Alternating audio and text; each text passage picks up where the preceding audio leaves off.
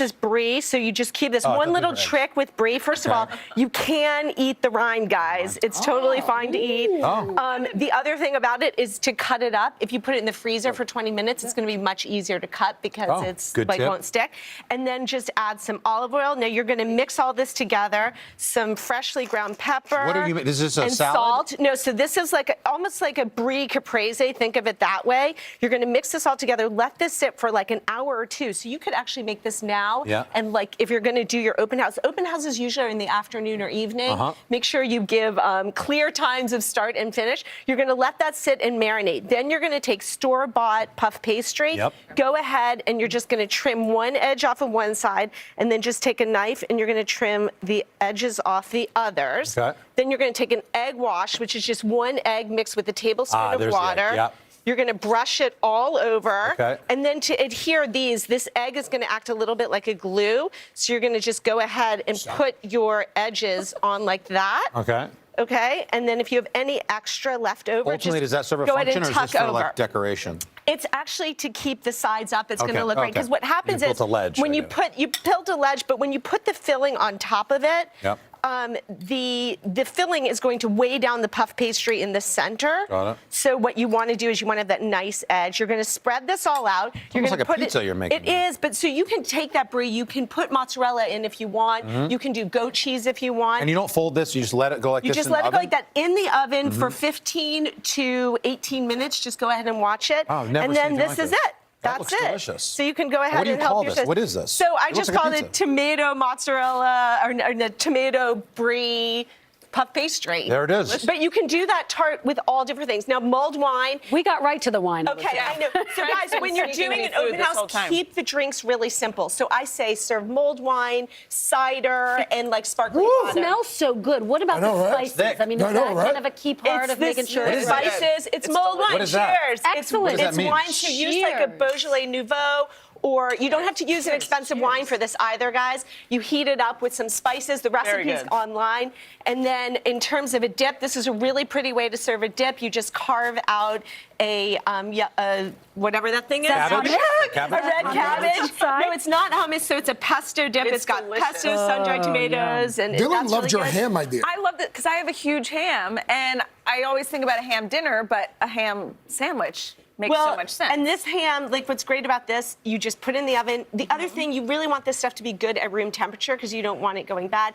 I put a little ginger ale on mine to keep it moist, tent it, and then go ahead and you put a glaze on afterwards. And lastly, what's the must-eat? Is that it? And then you serve it with mustard and pickles and really good rolls. What's the thing at the end? And lastly, my favorite is a Gruyere apple caramelized onion tart, which I suggest you try. I want to thank Elizabeth. You can keep talking. I'll just do my golf announcing voice here. As she said, you can get the recipes and other festive ideas. Just go to today.com.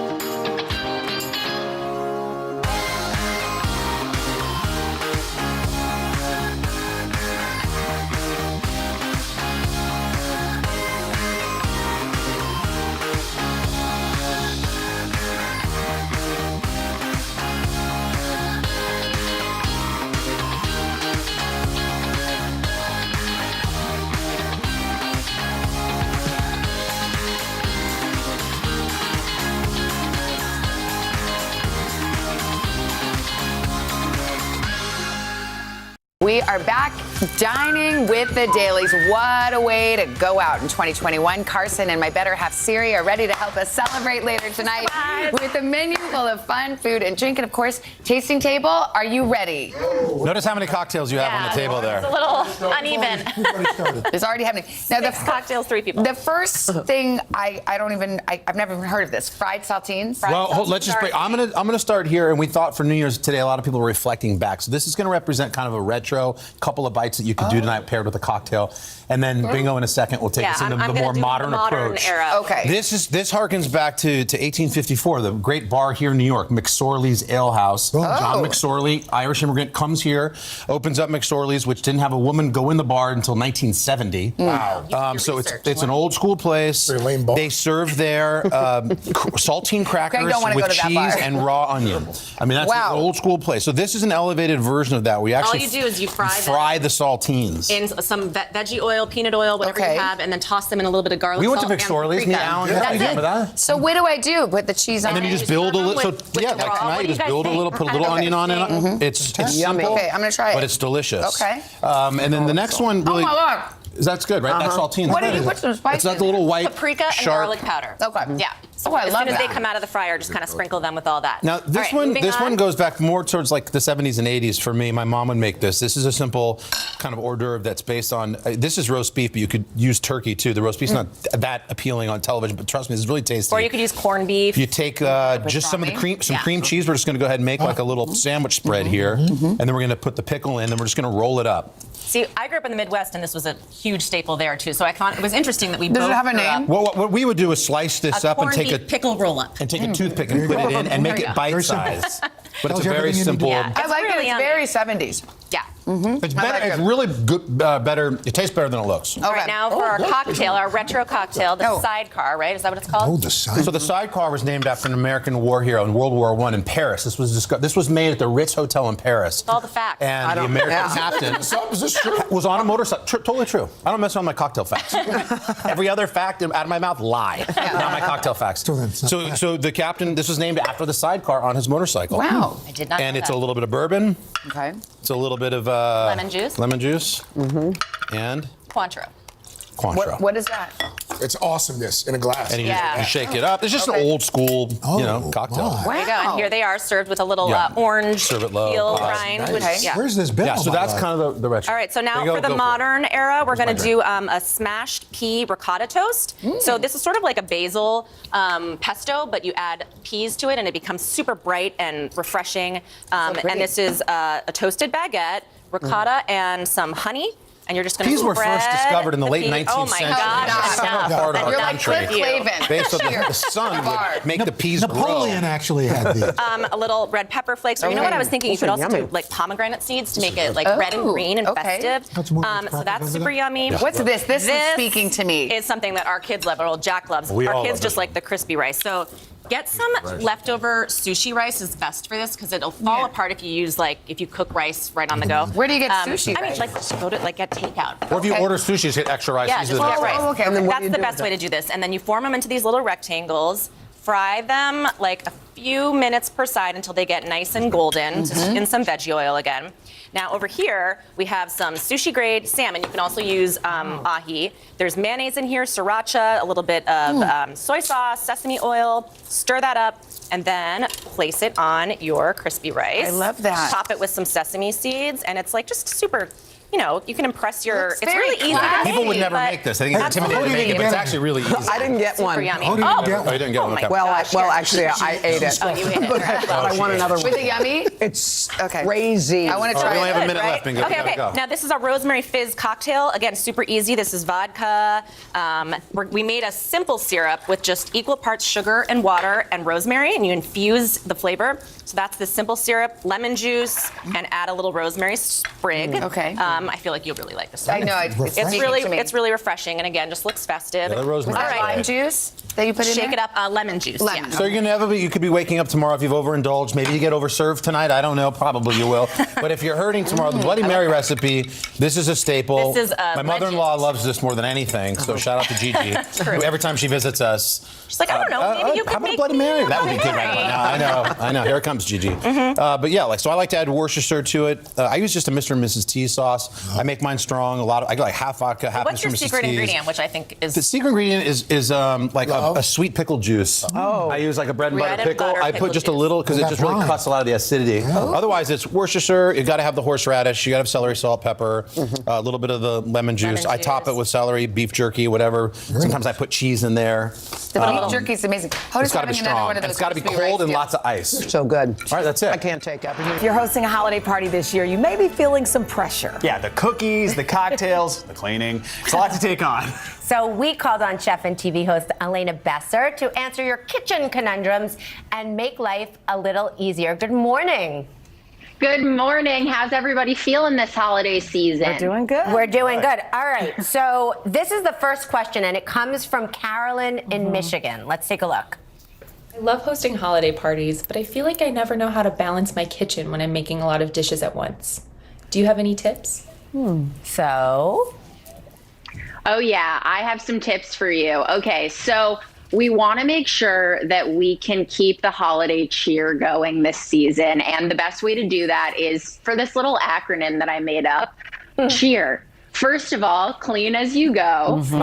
You always want to make sure that you do at least one load of dishes before your guests arrive. Always highlight a section of your refrigerator that is exclusively for holiday food, and make sure that you label it so that your family doesn't eat any of that food. Educate yourself on exactly what is in your fridge and pantry so you don't buy two of the same thing. I always find that I end up buying extras of things that I already have. And then execute a timeline so that you can get everything prepped and ready to go so you can actually enjoy yourself when all your guests arrive. And finally, last but not least, read your recipes in advance of hosting. You don't want to run into a situation where you see something and it's going to take way longer than you expected. Or you don't have something. Yeah, that's good. Right. All right, so wait, next up. We got Sawyer on Instagram who wants to know if you have any thoughts on a perfect festive cocktail for a big holiday get-together. Something tells me you know you got an idea. Oh, yes, I do, Joe. Okay, so I know that we are thinking of a lot of things when it comes to the holiday season. So this is my go-to super simple recipe. It is just Prosecco or champagne with a little bit of pomegranate juice and cranberry juice. You just pop it into a beautiful flute and then top it with a little bit of fresh rosemary. Right? Doesn't it look beautiful? And a few fresh cranberries, and that is literally it. You could batch this in advance if you want. It is so festive and it tastes delicious. Where's that sample? I know. We didn't get that one today. They're like, no, third hour. You guys don't get anything today. You guys are wired After last time, Okay, so we have another video question. This one is from Kylie in New York. Hi, I'm a vegetarian, but most of my family is not. Do you have any suggestions for simple, easy vegetarian or plant-based dishes that I could bring to the holiday party this year that they might like? That's a good question. Yes, I love that question. And my sister is a vegetarian, so this is a fun task. I always want to make sure she feels special too.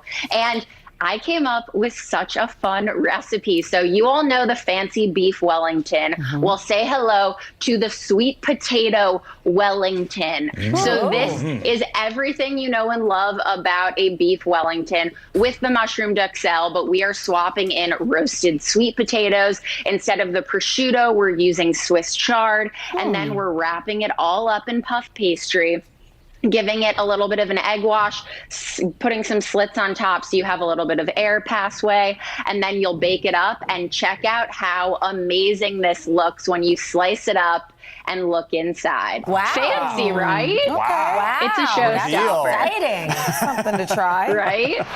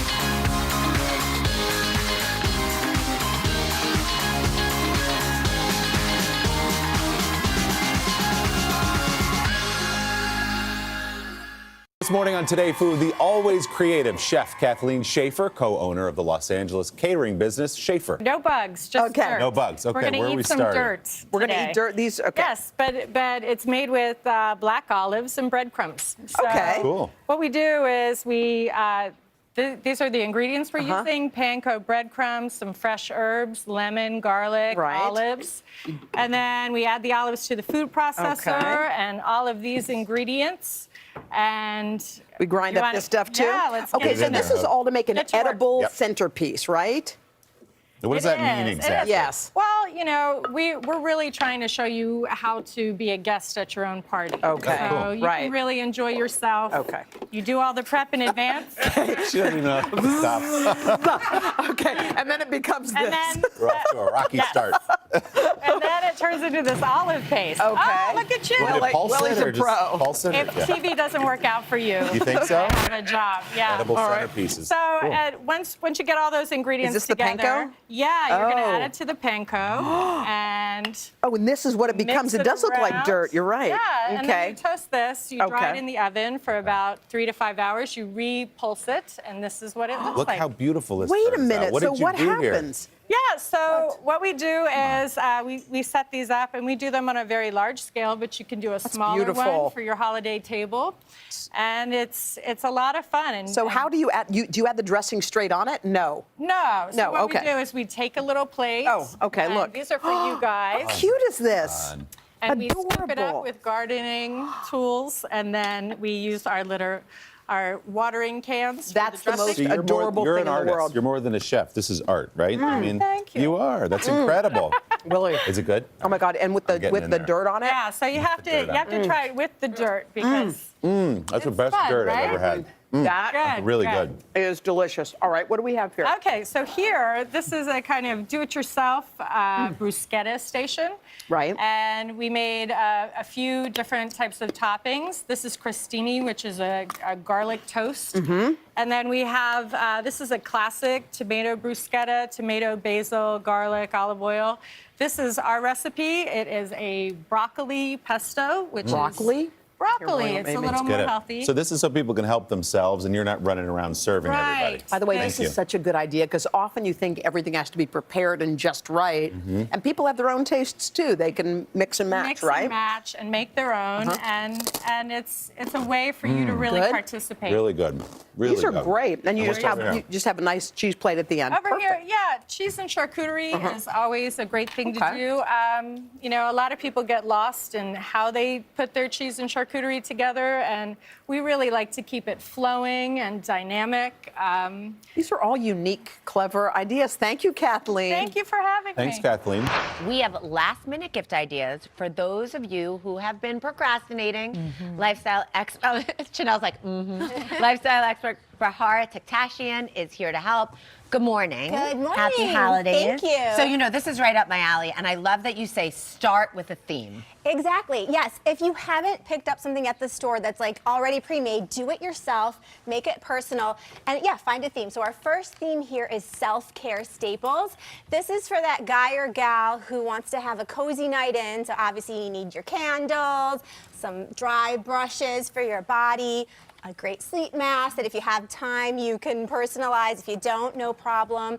I thought of adding like a little bit of a makeup bag. So someone thinks of you every time they go Yeah. into their makeup bag. I love And that. obviously masks and stuff. And the idea is find a color scheme as well. Here we're going for like pastels. I love that. Okay, and then I am a big person with packaging. Yes. It's the vessel that it comes in, and these are so great because you could pick them up at like a Michael's and then reuse them, right? Exactly. That's what I love about it. Everyone wants to be sustainable and they want to upcycle. So I found these to be These are so great. adorable for kids because my kids saw them and they're like, can we have that? So all you do is you pick up 3 of these.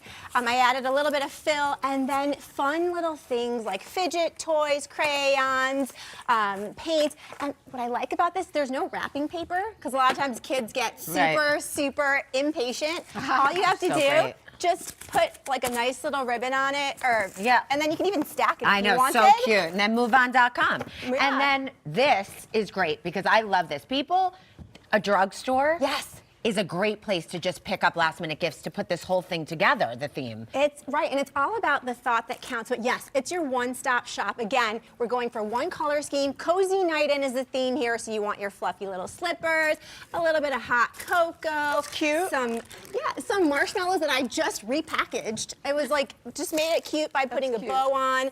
And then, of course, a mug and some teas as well. They can use all of these vessels and containers over and over again. And in a way, it's personalized. And this is like making the ordinary extraordinary because it's not like sexy items, but items that everyone needs. This is like things to keep you safe, sanitizer, soaps. You could literally get these at a gas station, just put them in a cute vessel. You're good to go. And this basket? And this is like all about toasting the holidays. So I got a cheese board, cheese knives, all sorts of cocktails, and of course a little bit of charcuterie, and you wrap it up in cello paper, put a cello bag, and it looks super professional if you have the time. So let's talk about this crafting idea here, Bahar, because this serves two purposes. Yes, so obviously kids are home from school. You need to kill some time. Right. Give them some paint. Go to your craft store. Get these came all from one store. Oh, wow. They're wooden. My little son, he painted these with acrylic paint. He loved it. I thought it was going to be a mess, but guess what? It's super washable as well. A good idea. So we did a little picture frame for grandma, a birdhouse for dad. This would be like a jewelry box. And when they open it, they're so excited. Or when the person who receives it, because they made it. Exactly. They're not perfectly painted, Let's but do it that. comes from the heart. Let's talk about these subscription boxes. Right. I like all of these. Literally, there's a subscription box for everyone everything. in your life. So this is from Shaker and Spoon. You get this at Crate Joy. It's for cocktails. Bartenders made this. Every, month or every? It could be every month, every 3 months, every 6 months. With all of these subscriptions, you just have to go to the website to see what the frequency is, but this helps you make your own drinks. I love You just this. add your own liquor. And I love that. And for the relative who has everything, these are great. And it's the gift that keeps on giving. They're so right? fun. How about this one? This one is from like the little bake shop, the red bake shop, and this is like you get cookies or cookie pies. Something sweet. It's the choice I of love the baker. I love it. So this is like my new favorite thing. I was reading the back of it. Where's this one? It's got fried garlic, salt, pepper, Szechuan peppercorns, soy sauce, like yummy. What is that? This is from the Here Market. This is based in Chicago. Yum. And these are things that would make any cook add a little bit of pizzazz and spice to their dishes. Have you had these? Oh So my good. gosh. And I'm so into these like chili sauces. You add them to pasta. I love that. And last but not least. Last but not least, this is also from the Here Market. It's a basket of like good for you alternatives to snacks. So things that are still tasty, you know, whole grains, different pancake mixes. And the person thinks of you every month when they get it. So That's thank so you good. so much. Thank you for for your you mom's guys. birthday. It's Thank you. perfect. That's right. Thank Oh, you, that's Bahar. Jen. Happy holidays. Happy holidays, guys.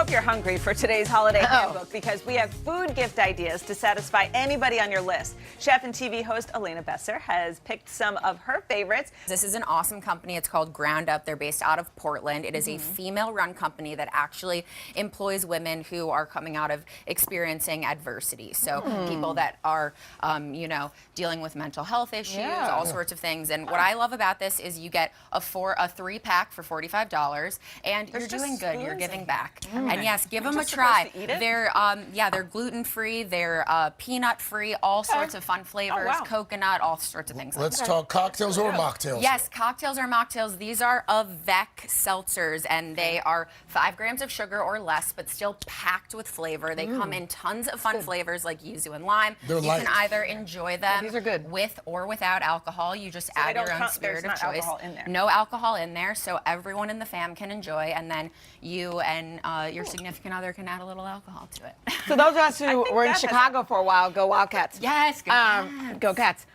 Garrett's popcorn. Yes. Super popular. So I grew up in Chicago. It's my hometown, and my personal preference for ratios are 2 cheese to 1 caramel. Oh, yeah. That's the way you should eat it. But these tins are awesome. My family sends them out to all of our friends and family. People love over it. the holidays. They're the best. Al Roker loves those. Oh, he always light talks and about fluffy. that. All right. Well, what is this? Okay, so I don't know This if is a great idea. you've all heard of David Chang, the James Beard award-winning Yes. famous chef. Okay. He released these amazing ramens. They are the Momofuku Noodle Lovers Box. There are 3 different flavors. You get tons of different individual servings in each package. Okay. And what's fun about this is it's really easy to make, but at the same time, you can beef it up by adding veggies. You can add any type of meat that you would like, tofu, and it just makes dinner easier, but it's still packed with flavor. That's good.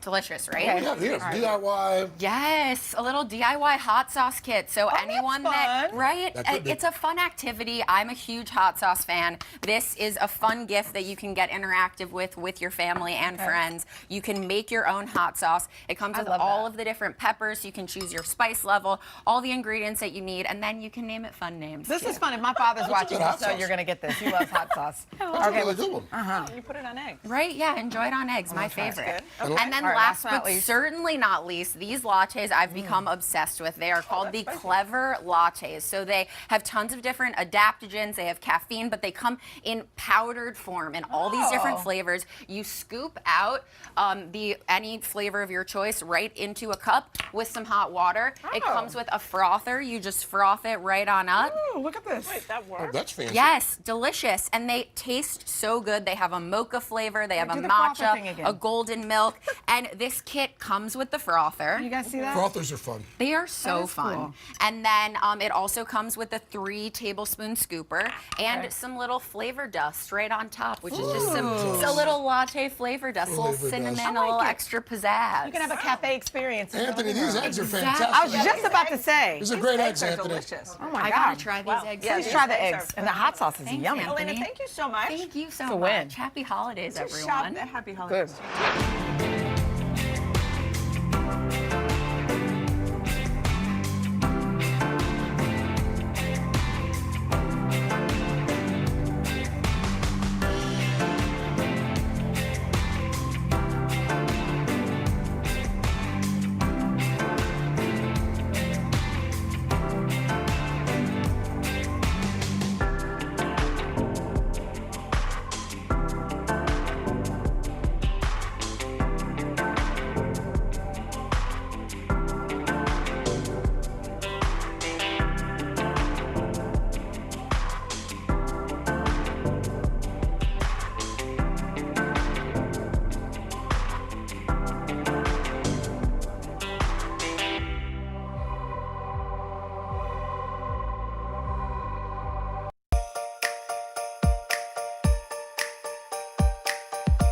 Hi, everybody. Welcome to Hometown Holidays on Today All Day.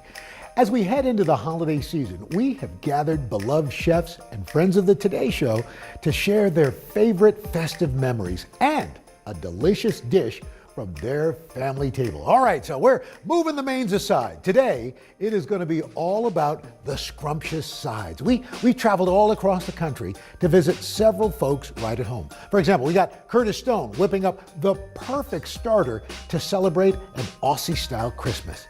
Layla Ali is sharing her sweet and savory cornbread dressing. And you do not want to miss comedian Sebastian Maniscalco making a recipe inspired by his grandma.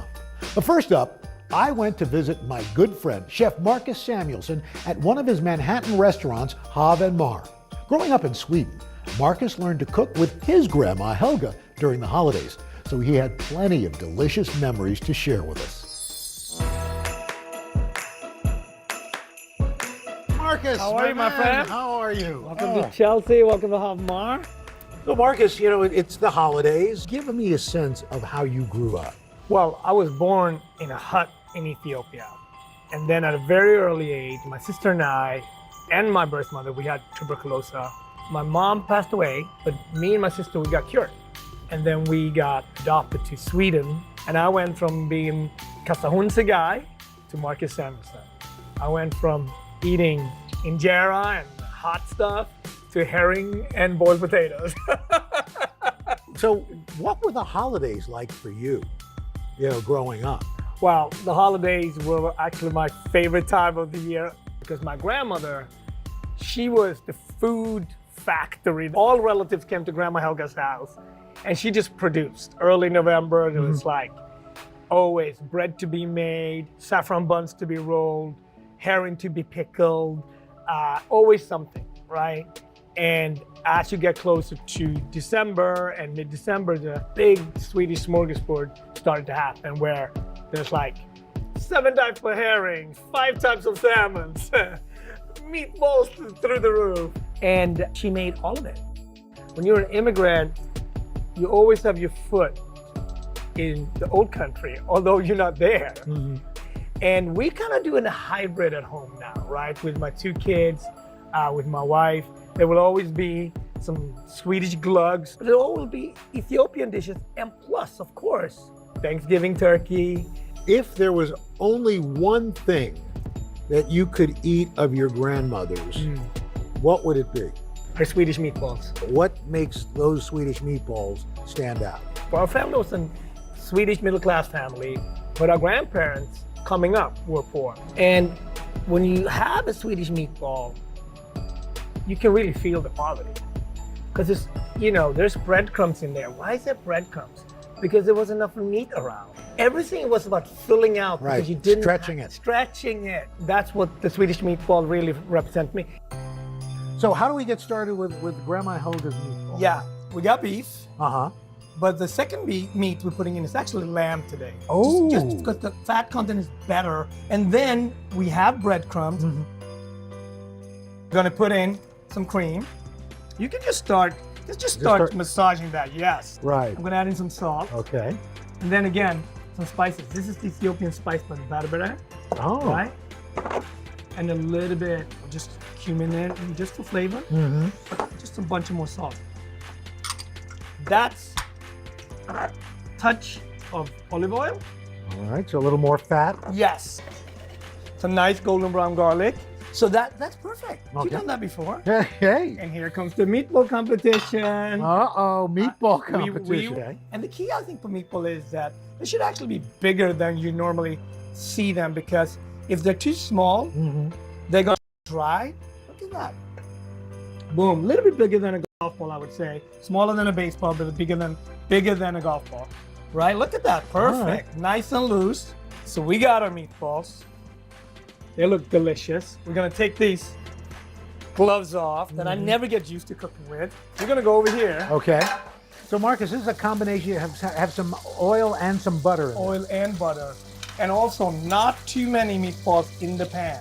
I like to cook the meatball with basically 2 pans. With the meatballs, we always had mash. I'm gonna put it quickly in our fancy oven here, just like that. And then we have our gravy. We have a little bit of cream. I'm gonna add in, and this is kind of where my journey of the world comes in. We're gonna add in some chicken stock, pickle juice. In our Did you say pickle juice? Pickle juice, exactly. That's what we're gonna add. Pickle juice is having a moment right now. It's having a moment. It's gonna be a hot topic on today's show. But here's where I take sort of my inspiration for my journey on my travel, right? So I'm adding in a little bit of miso, right? Wow. A little bit of mole, and then breadcrumbs. Right. And some pepito, some pumpkin seeds. Wow. The flavors of breadcrumbs that we're having there. We're just gonna simmer this together, and then we have a beautiful gravy. I think we're ready. We're almost ready to play. Let's play. Let's play. Now we just got the gravy left, and then we have those sesame seeds. Little And we crunch. add a little crunch, exactly. Pumpkin seeds, toasted pumpkin Yes, seeds. and just some Little pickled onions. just some pickled onions. You know, there would never be a Swedish meal without some pickles. All right. All right. And for me, I can't eat this without thinking about my whole family. Oh, Comfort, right? Grandma Helga would be Yes. very proud. Isn't that good? Happy holidays. Man, those meatballs were a holiday party for your mouth. Up next, we're going to head to Nashville, where country star and cookbook author Jesse James Decker shows us not one, but 2 ways to make bread more beautiful. My love for the holidays started very early because my mom was very, very festive, and I really do feel like it trickled down to me and my siblings. Every year, Mom would make hot apple cider, and she'd put on Christmas music, and we would all decorate the tree. It was something really fun, and she would hand the ornaments to us one by one. Now I carry those traditions over into my family. The kids love cooking with me, especially Forrest. He's in love with cooking. He will bring me my cookbook and open it to the page. He wants to make something, and we will just, go to town. It's so much fun. It's such a great thing you can do with your children. So I'm pregnant with our 4th baby, and it was such a special surprise. I love being pregnant around the holidays, especially because I can just feast a little extra more. A new holiday tradition that I have started is my cranberry pull-apart bread. It's so easy to do, so easy to prep, but once it's finished, it looks fancy. It's just perfect for everybody. The sweet, delicious cranberry pull-apart bread was such a hit. I thought to myself, why don't we expand upon this and do a variation of it, but do a savory version? And so I started thinking of all the things Eric had in the garden. I've always got rosemary, parsley. I love garlic, always got tons of garlic. And so I just felt like, you know what? Let's see how this turns out. And it turned out just beautifully. Hey y'all, welcome to Nashville. I am so excited to share with you 2 of my favorite recipes. The holidays are here, and so I have the perfect 2 side dishes that will just warm your family's hearts. We've got a sweet and a savory. We're gonna start by cubing and cutting the bread. There you go. It's cubed to perfection. Now we're gonna grab our mixing bowl, and we're gonna start combining some of our ingredients. So we're gonna take our pecans, our brown sugar, our dried cranberries, the butter. We're gonna add a little bit of this orange zest. And I just think it adds a little citrus something. We're gonna add a little bit of juice. Now we're gonna mix the ingredients. You can use your hands, you can use your fork, whatever feels right. I think it's ready to put aside. I'm gonna wash my hands, and we're gonna get to stuffing the brie. All right, y'all, it's time to start filling the loaf. You're just gonna stuff as much as you can in between each little cube. There's gonna be a point in time where you're gonna be like, is that enough? Should I give up? But you don't. You find every single crack and crevice you can, and you just keep stuffing. We did it. Now it's time to start stuffing the crumbly stuff. Just the last little bit. And the last thing we're gonna do is we're gonna cover it in mozzarella cheese. So now that the sweet version of this is finished, I'm gonna show you my savory version for those that like a little bit of a salty flavor. So we've pre-cut and cubed our bread just like I showed you before, but this time we're actually gonna start stuffing it with the brie first. All right, we're so close. Last one.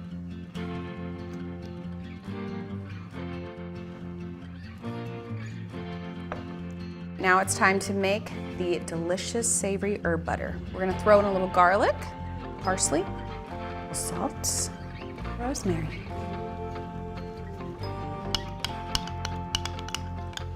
Now it's time to spread the herb butter onto the bread. You're gonna paint this on all over. And the last thing we're gonna do is we're gonna cover it with our mozzarella cheese. Gorgeous. It's ready to join its sweet little friend over there. I like to cover it with tin foil because the top will get a little crisp. All right, y'all, these buns are going in the oven.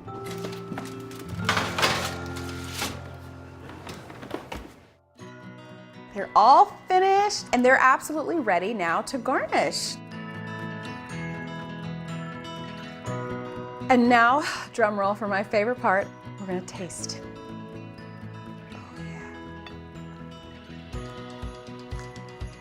This looks like a good piece. Ooh, look at that. So I'm gonna have to take this away. I could eat the whole thing.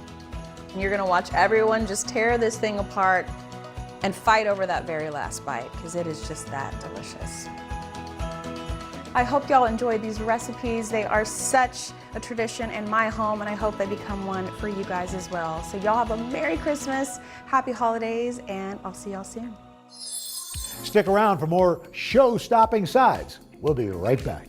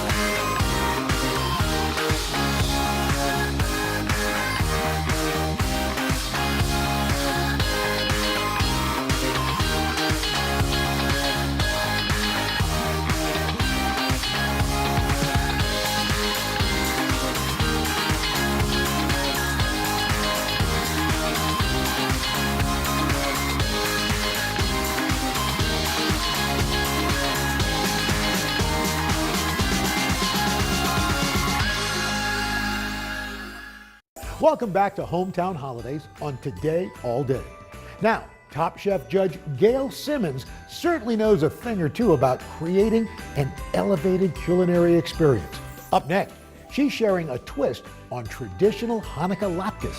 And later, Chef Jordan Andino is going to whip up carrots like you have never seen before. Sharing the food that's important to me, I think, shows who I am, my heritage, my history. I think that there's like so many ways of making food as an offering of peace to the world. I grew up with food as a really huge focus in my life. My mother was actually a cooking teacher. She ran a cooking school out of our home when I was very little. We spent all our time in the kitchen with her. There's dozens of dishes that I have memories of her making when I was a child for all different occasions. You know, holidays certainly were occasions where we ate very memorable food because it was a tradition. In my house, we really celebrated Hanukkah in a big way. We play with dreidels and Hanukkah gelts. We give gifts, but small gifts. You know, Hanukkah for us was never really about gift giving. It was more about being together. And then we always have a big Hanukkah feast. Not only do we light the candles for 8 nights, but we cook with oil, which is why latkes are made. It's not so much about the potato they're made with, it's more about the oil that they're fried in. Making latkes was a big deal in my house. We would walk into the house probably 2 weeks before Hanukkah after school and smell that smell. It's such, in my head, the most iconic smell of the season. Today I'm making a bit of an elevated play on a traditional Hanukkah latke. Usually you would just use potatoes and onions, but I'm gonna use parsnips, which add a mellow, delicious sweetness to them. And then I'm gonna top the latkes with some very special celebratory ingredients for an adult version. All right, I start by peeling 1 russet potato, and I'm gonna put it through the food processor with 2 shallots. When the potatoes and onions have been shredded, I'm gonna drain them in a colander over a bowl for a few minutes. And then, while these are draining, I'll shred my parsnips. If you don't have a food processor, you can absolutely just use a box grater, which is more traditionally how latkes would have been made. And then I'm gonna mix the potatoes and the parsnips all together. Give that a stir. And then I'm gonna add my binding agents, my egg, my flour, a little baking powder, and salt. While I'm mixing all my ingredients together, I'm also heating my oil. I have about 1/4 inch of vegetable oil in a heavy bottom pan on my stovetop, and I'm gonna let it come up to heat. Now it's time to make the latkes. I want them to be light and fluffy, so I'm using a big tablespoon, and I like to keep it flattened on the spoon. I can also do a little squish here to squish out any excess liquid, and then I'm just going to slide it right into my pan. And you can flatten it down a bit too. You want the oil to come up kind of 1/2 to 3/4 of the way around the latke, so you can see that it's bubbling and starting to cook. You know they're ready when they start to get really nice and golden brown around the edges, and you can give each one a flip. And there you go. You can see that it's perfectly cooked and golden. It takes about 3 to 4 minutes per side, so about 7 minutes total for each latke. You can see how evenly it's cooked on both sides. You go right on a paper towel lined plate. And then you just want to sprinkle them with a little bit of salt while they're still warm. You could eat these just as they are, and they would be fantastic. But if I'm having a holiday party, I like to dress them up a little bit, give them a bit of an adult spin. So I have a few of my favorite celebratory ingredients here. Creme fraiche, and I'm gonna just take a little bit. You can obviously use sour cream. Give it a little swirl. It's really rich and delicious, especially on a latke. And then I have a few different types of smoked fish. I have smoked trout, and I have smoked salmon. And I'm gonna do a few. And then I'm gonna put on some trout roe and some herbs. This is actually fennel fronds, the tops of a fennel bulb. You can also use dill, any really tender herb. And here you go, perfect celebratory holiday appetizer or side dish, my parsnip and potato latkes with smoked fish and trout roe.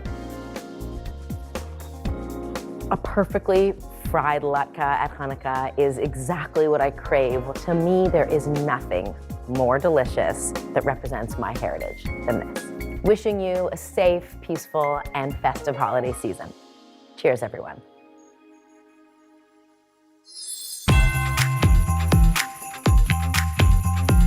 I would say that because of the style of household that I grew up in, we'll call it traditional Asian, I would say food is the love language. My skills in cooking came from two people, my grandmother, or Lola, as we like to call it in Tagalog, in the Filipino national language, and then my dad. I just loved cooking with them. It was a way for us to bond, and I could see that they loved me if they didn't necessarily say it as often as I'd like. Food is the central focus of our holiday parties. Yes, we're gathering to spend time with the people who we love and adore, but it was always centered around food every single time. This is the first holiday season where I get to spend with my little baby girl. And wow, I get emotional even just thinking about her, because I didn't know that you could love someone, something, the way I feel about this little girl. And I can't wait to instill all these traditions that I've been practicing for 35 years onto her. Since I grew up and have my own family, I do Friendsgivings. And that's my way of bringing the tradition of my family back to my network and people who I know and love now. They always ask me, like, can I bring anything? I'm like, no, don't bring anything, I'll do it all. That's how I show my love. I show my love through food. I like when people come to my Thanksgiving dinners or my holiday dinners and they go, you've ruined dinner parties for me. Because the food is so good, the atmosphere is so good, the vibe is so good. And I'm like, mission accomplished. Let's go, baby. So what I'm cooking today is a charred maple glazed carrot. And it's actually a riff of what I used to make with my dad and my grandmother growing up. They'd always take root vegetables, mix it with oil, brown sugar, maple syrup, salt, pepper, give you like a nice char. And that flavor has always stuck with me. All right, everyone, I am in the Carriage House kitchen, and right now I'm gonna show you how to make the maple charred heirloom carrot dish. So I have my heirloom carrots here. I remove the tops, and what you're gonna do is just cut them on a diagonal bias to help with the roasting process, cooking time, and we're gonna throw them into a mixing bowl. And I love using these style of carrots, specifically the heirloom carrots.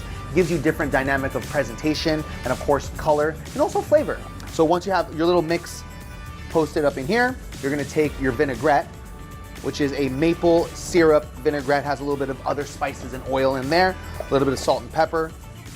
And once it's done, you're gonna throw that right onto your roasting pan, and then that eventually is gonna go into the oven.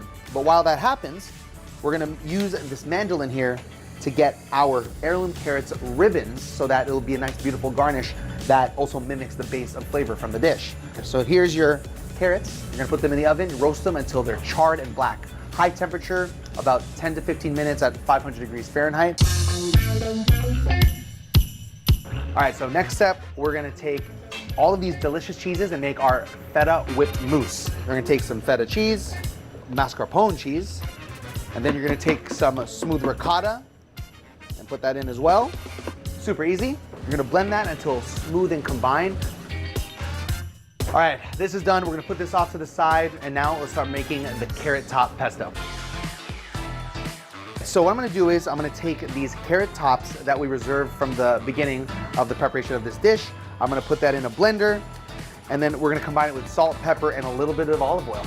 And the beauty about this garnish is that it's delicious, it's herbaceous, and it also gives you that kind of earthy, greener flavor of carrot on top of the roasted carrot, so it reinforces it and layers that flavor. And we're just gonna blend it until smooth. Time to get it done.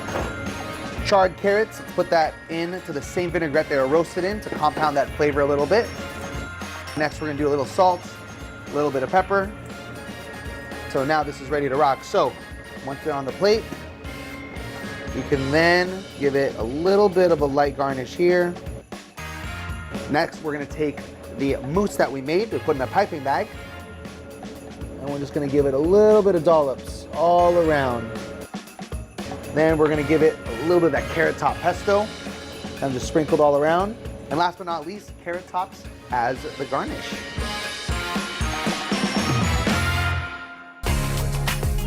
This dish to me just represents togetherness. It represents my Friendsgivings and feeding all the people that I love and care about.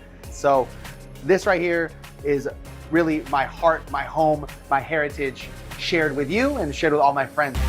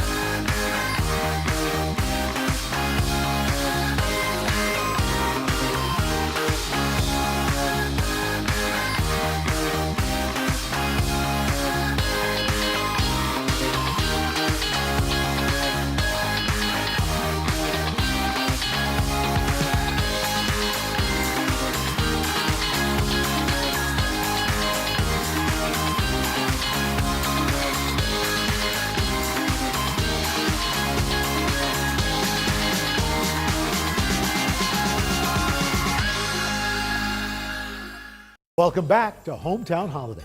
Up next, we're going to head to Atlanta, where boxing champ Layla Ali is making a dish that's sure to be a real knockout on your holiday table. People often ask me what my childhood was like, being that my father was a global icon and we couldn't go anywhere without him being recognized. You can imagine it was pretty interesting, but I just remember having a lot of love in our family.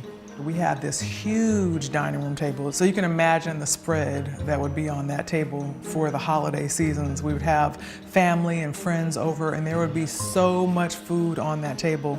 And then as I grew older, I started teaching myself how to cook when I was about 8 or 9 years old.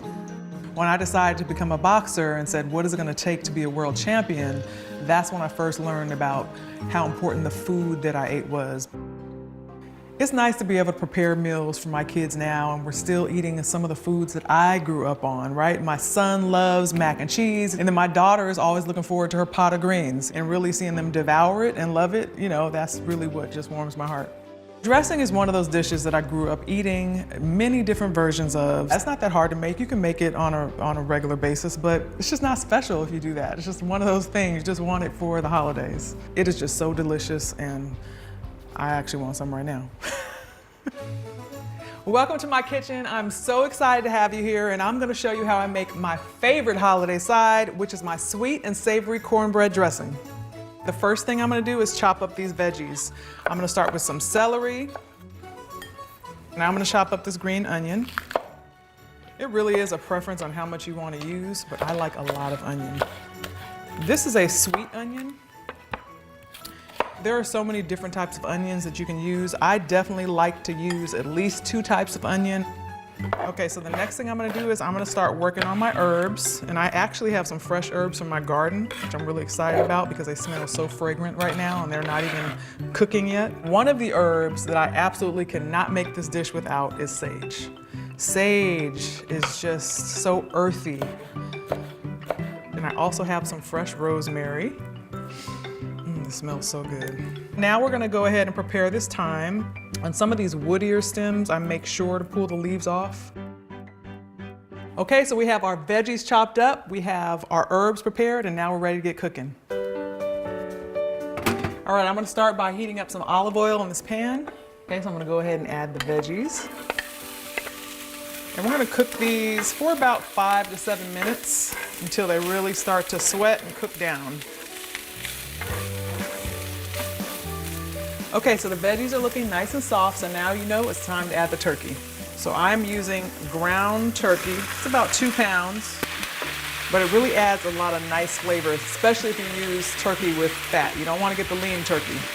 Now I'm gonna add some garlic powder, onion powder, seasoning salt, a little cayenne pepper for a nice little kick, and I'm gonna also use some coconut aminos. Not only for the health benefit, but also the flavor. It adds a nice sweetness. So you definitely want to break up this turkey while it's cooking. Get everything mixed in together. Okay, so the turkey's almost done cooking, so I'm gonna go ahead and add my fresh herbs. This adds so much flavor. All right, this is looking good. I'm gonna go ahead and turn the heat off. While this is cooling down, I'm going to prep my cornbread and get my other ingredients ready.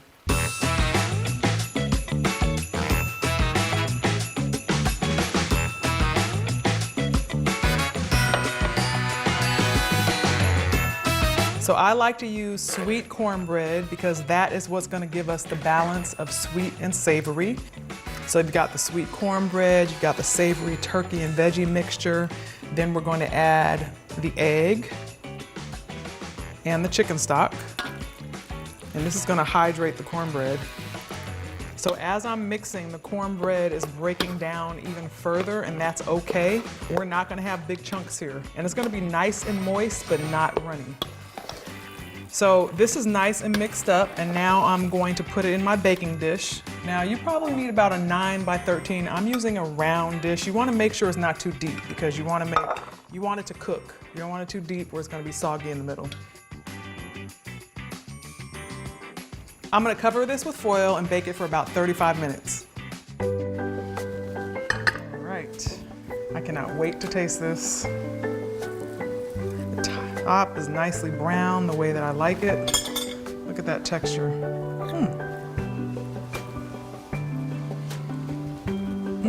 That is so delicious. You know what? I really hope that you try my recipe this holiday season because I guarantee that your family is gonna love it. Hope you're going to stick around because we're going to be right back.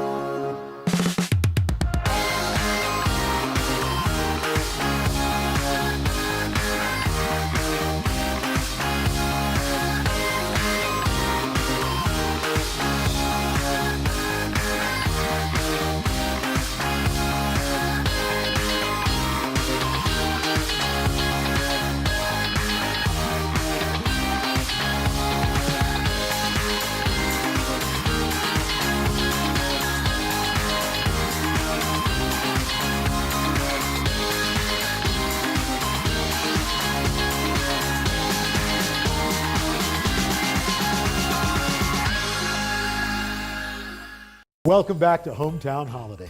Now, if these dishes are making your mouth water, well, all you have to do is scan the QR code right here for all of these delicious recipes.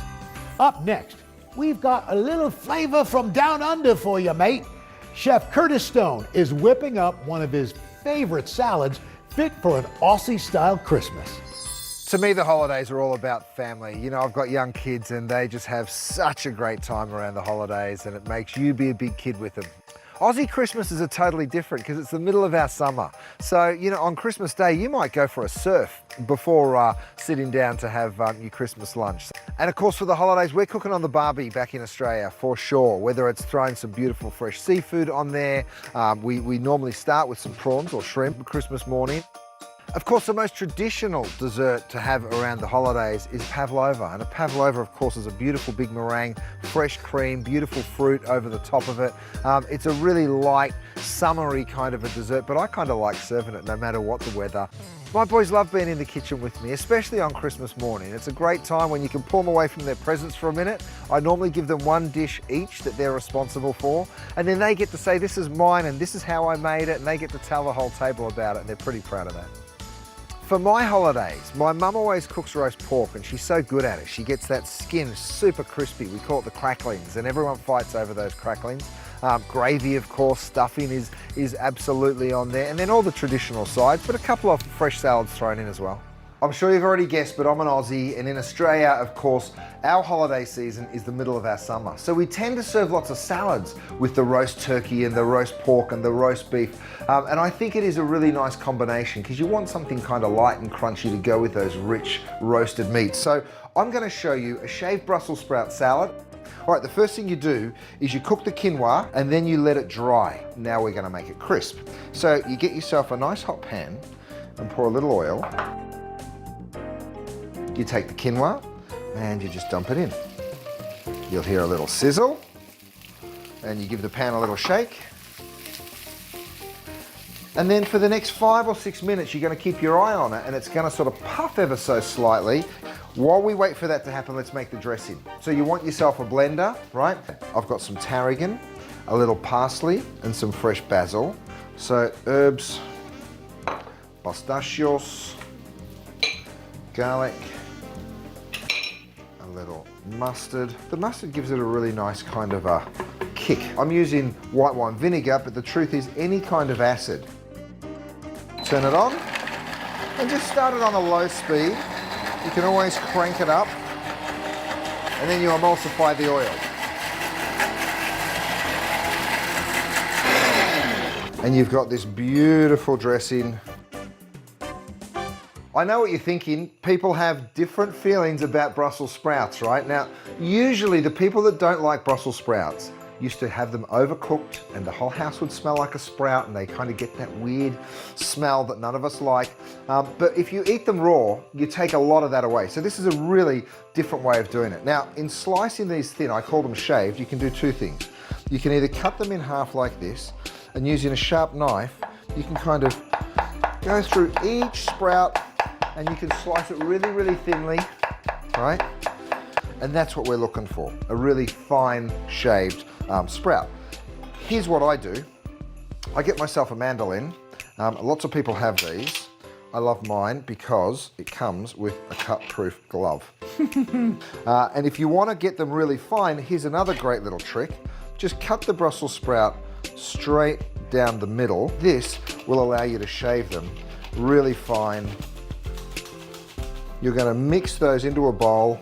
Then what you do is you take your dressing and you spoon this straight over quite liberally.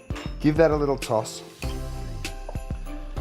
Little individual plates like that. I actually take a good old scoop and this sort of becomes the center of our plate. Gorgeous.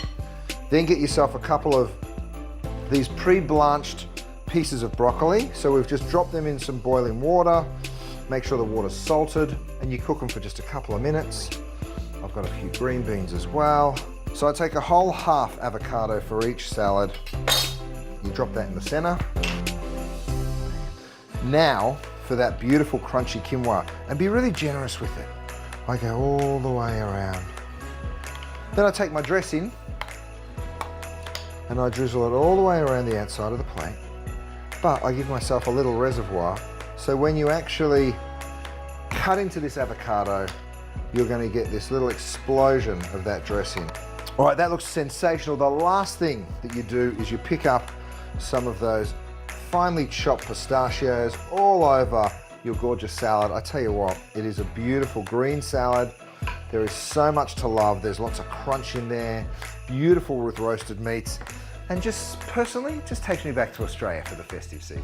Enjoy. One of the things that makes the holiday season, Christmas time, really special for me is that it's an opportunity to really celebrate the Puerto Rican traditions. And it's one of the times when I can feel most connected to my culture. Every winter, we kick off the holiday season by celebrating Thanksgiving with all my family and friends. And then we have Christmas, which for Puerto Ricans, we celebrate Noche Buena, which is actually the night before Christmas. Growing up, my mom always took charge in the kitchen around the holidays, although when I hit about junior high school, that's when I joined in, because I always loved cooking. It's really fun to kind of continue those traditions and to cook these recipes that not only have been made in my family for years, but in generations of Puerto Rican families. Tostones are perfect for the holidays because they're meant to be shared. They're crispy, they're salty, the perfect kind of thing to snack on when you're sitting around talking and sharing, which is really what my favorite part of the holiday season is. While tostones are perfect with just a sprinkle of salt, they're even better with a couple zesty dipping sauces, so let's whip those up first. First up is mayo ketchup. So first here we've got some mayonnaise in a bowl, and then we're just gonna add some ketchup to it, fresh lime. And then of course it would not be a Puerto Rican recipe without a lot of garlic. All right, this looks perfect. I'm gonna set it aside for now and let it hang out. Now we're gonna make a garlic citrus mojo. We're gonna start off by mashing some garlic. So I'm gonna add a little salt here, and this just creates some friction. And then we add our garlic cloves, a few at a time. And then we just mash. You really kind of want this to be a nice sort of a coarse paste, something that looks like this. And now we're gonna add a lot more fun flavor. Some dried oregano and some cumin. I'm gonna mix that in. We're also gonna be using our citrus juice. So whisk that all together, and then we're gonna add our olive oil. And we're gonna finish this off with a little bit of freshly cracked black pepper All right. This looks amazing and smells even better. Creamy. All right, we're gonna set this aside. I'm gonna just clear up here a little bit and then it's time to make tostones. Tostones use green plantains. I love plantains. They're sort of a starchier version of bananas. To cut plantains, you wanna start off by trimming the ends. The best way to take it off is to kind of run the edge of your knife along the peel, just to kind of loosen it up. And then you sort of stick your finger in there and just sort of force it off. Once you get in, then it comes off pretty easily. And then you just keep repeating.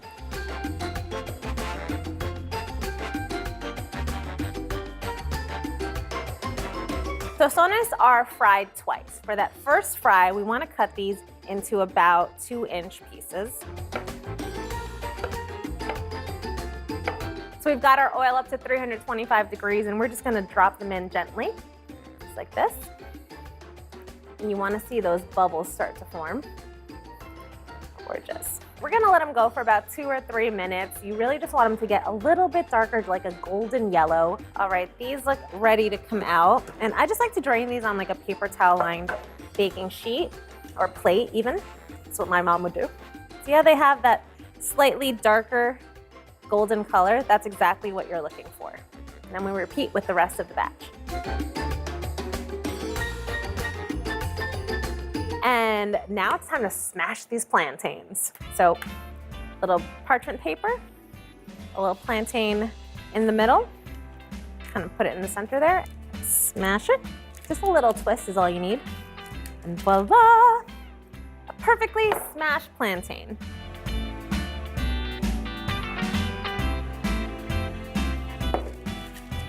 Perfect. All right, that's our last one. Now these are ready to go back into the hot oil for that second fry. The smell of the plantain frying in the hot oil just reminds me of my mother's kitchen. I'm gonna go ahead and take these out.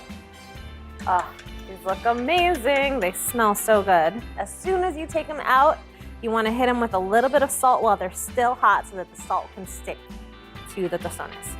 Perfect. Now I'm gonna repeat the rest of the batch.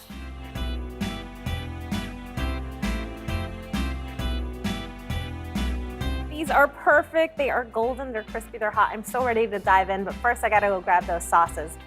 So I'm just gonna put a little bit of each of these sauces into these cute little serving bowls. This is just one of my most favorite things. You've got the salty, crispy tostón and our fantastic dipping sauces. I hope you give this recipe a try and find out why I love tostones so much. Feliz Navidad! Coming up, make some room at the table. Tiffany Thiessen is whipping up a boozy cranberry sauce, plus a spiked surprise. Then later, comedian Sebastian Maniscalco makes a family favorite that is no joke.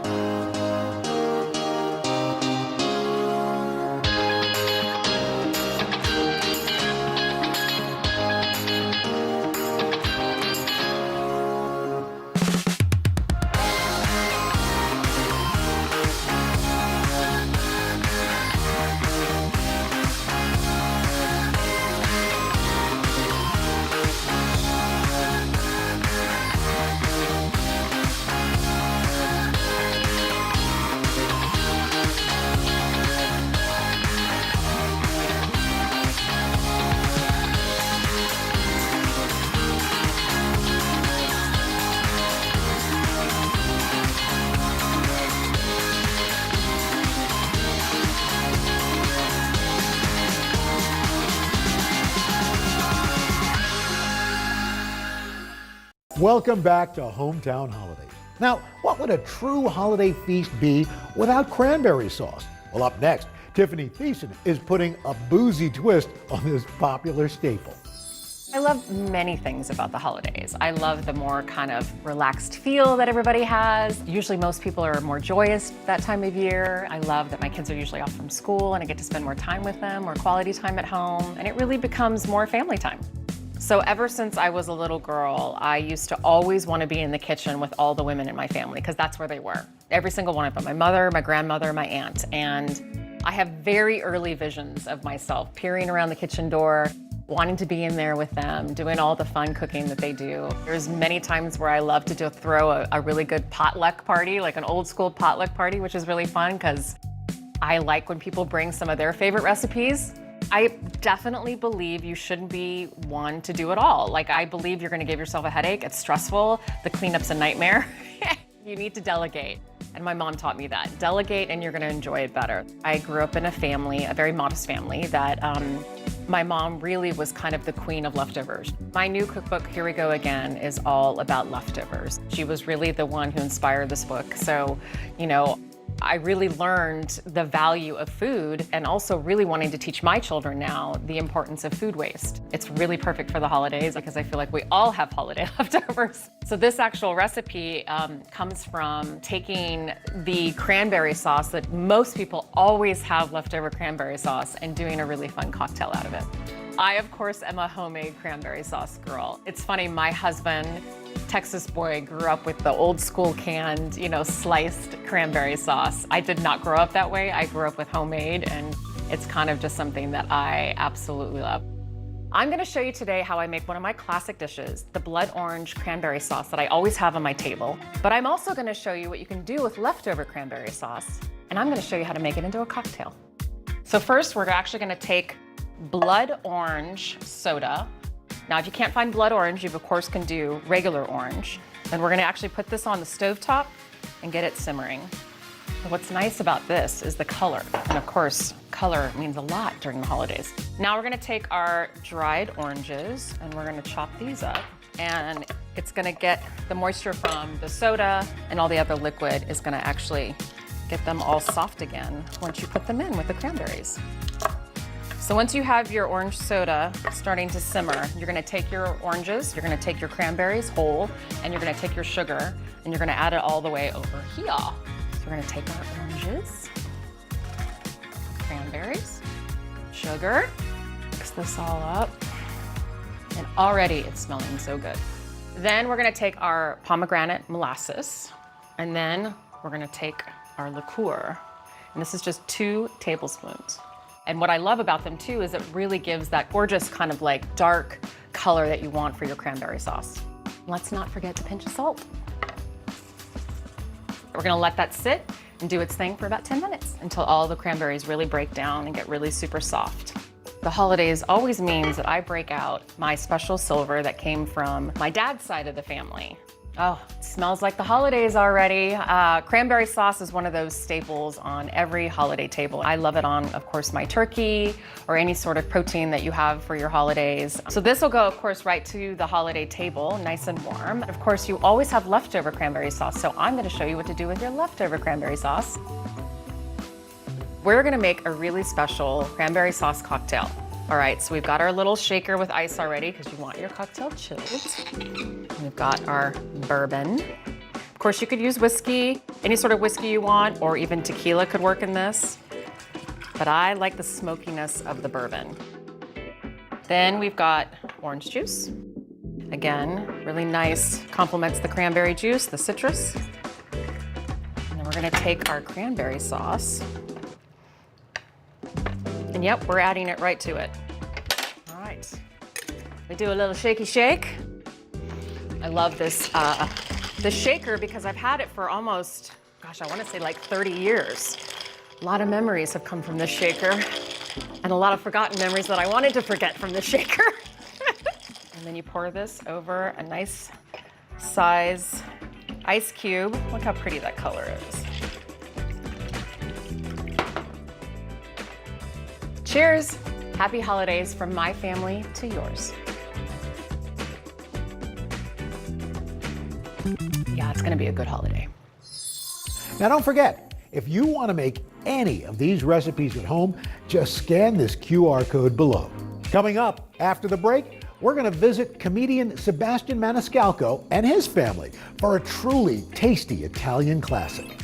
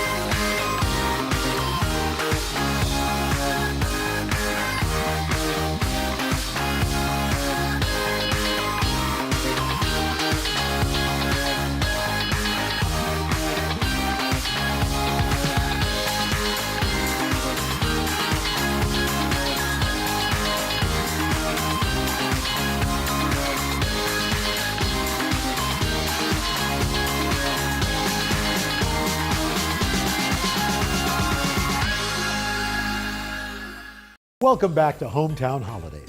Our last guest loves a great meal almost as much as he loves making folks laugh. Comedian, actor, and podcast host Sebastian Maniscalco is joined by his longtime friend, whipping up a beloved family staple. I find a lot of comedy happens around the holidays, at the table, with family, and my family's been very, very accepting of me kind of poking fun at them.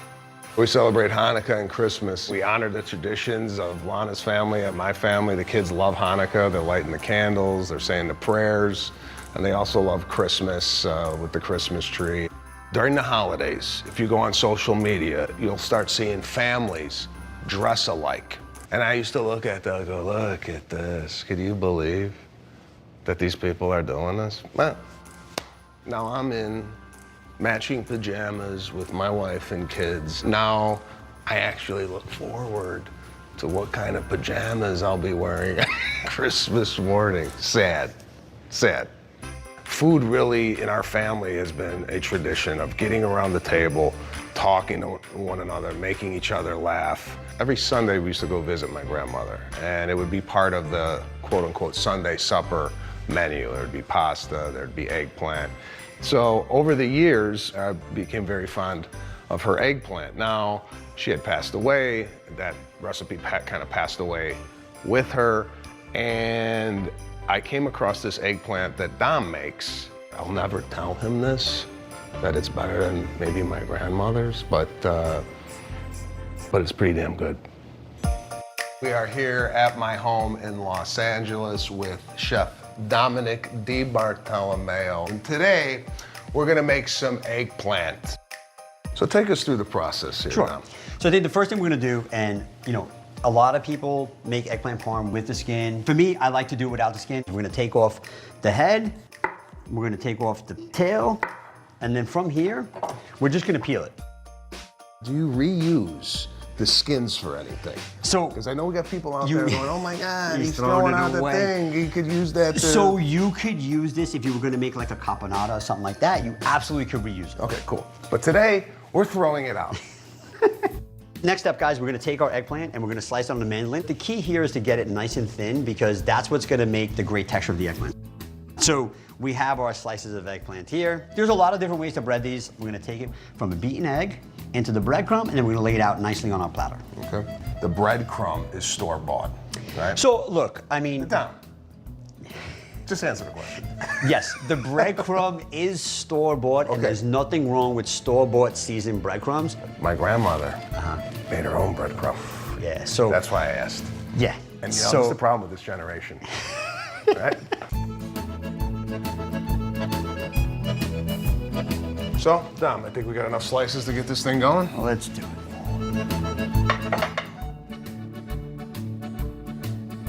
It's starting to bubble a little bit. You want to throw a piece in there? Yeah. Yeah. Beautiful. Nice, look at this. So 2 to 3 minutes on each side, we'll get a nice golden crisp, and then we'll lay it back into the pan and we'll do our next round. Okay. Okay, now that we have the eggplant ready, it's time to layer it in the dish. All right.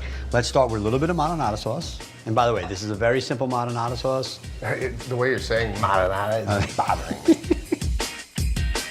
So now, take the eggplant and literally, it's almost like you're making lasagna.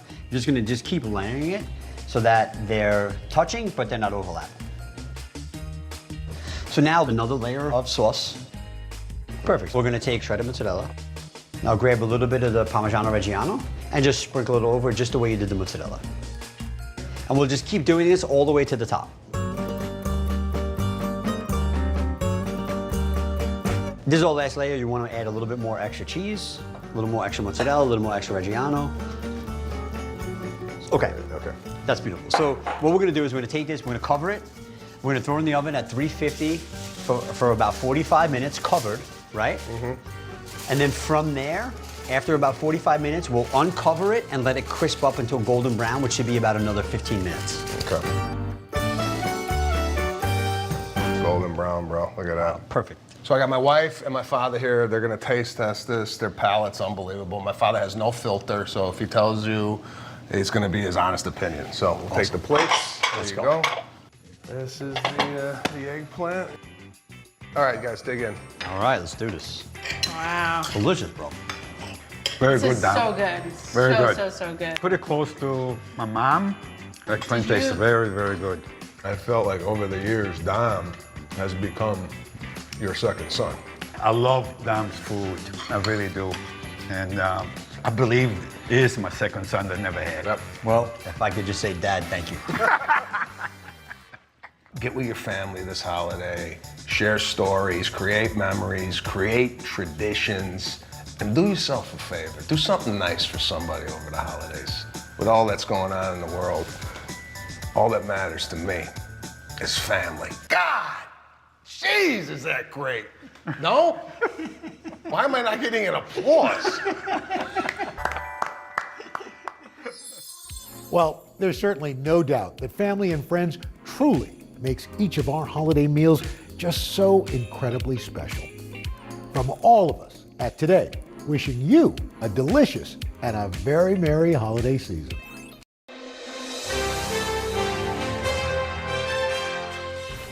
Forget the milk and cookies for Santa. We've got some festive holiday drinks that are sure to keep you on the nice list all year long. Today, culinary producer Katie Stilo is here with 3 different cocktails inspired by Christmas cookies. We've just been walking down the tables here, sniffing everything. It's just it's so festive in here. Yeah, it smells like a little bake shop. And It does. One of my favorite things is combining 2 things that I love, which is baking and cocktails. Okay. So for the first one, we're gonna spice it up, and this is my twist on the ever popular espresso martini. Okay. Okay, so I'm doing a little gingerbread twist. So we're starting with a little gingerbread spice. So in here we have some cinnamon, some allspice. Gingerbread spice? You could, yeah, any kind of warm baking spice. Okay. That's good, right? I like that. And I'm adding a little bit of coffee, or you can do espresso, whichever you choose. And then instead of Bailey's, I'm swapping out for Angelico, which is a hazelnut liqueur. Dylan was smelling this before. I couldn't quite figure it out. It was nutty, but I didn't know it what has it a little was. nutty taste. Yeah.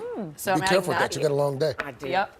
And of course vodka. And then to sweeten it, instead of simple syrup, I'm going to use molasses because I want to get that rich you get depth. the rich I don't even like coffee, but if this is the way coffee tastes, You should have been drinking years I'm ago. like, wait, where has this been all my life? And then to rim the edge, I'm doing a mix of brown sugar and then a little bit more of Brown that sugar. gingerbread spice. That was Chanel's nickname in high school.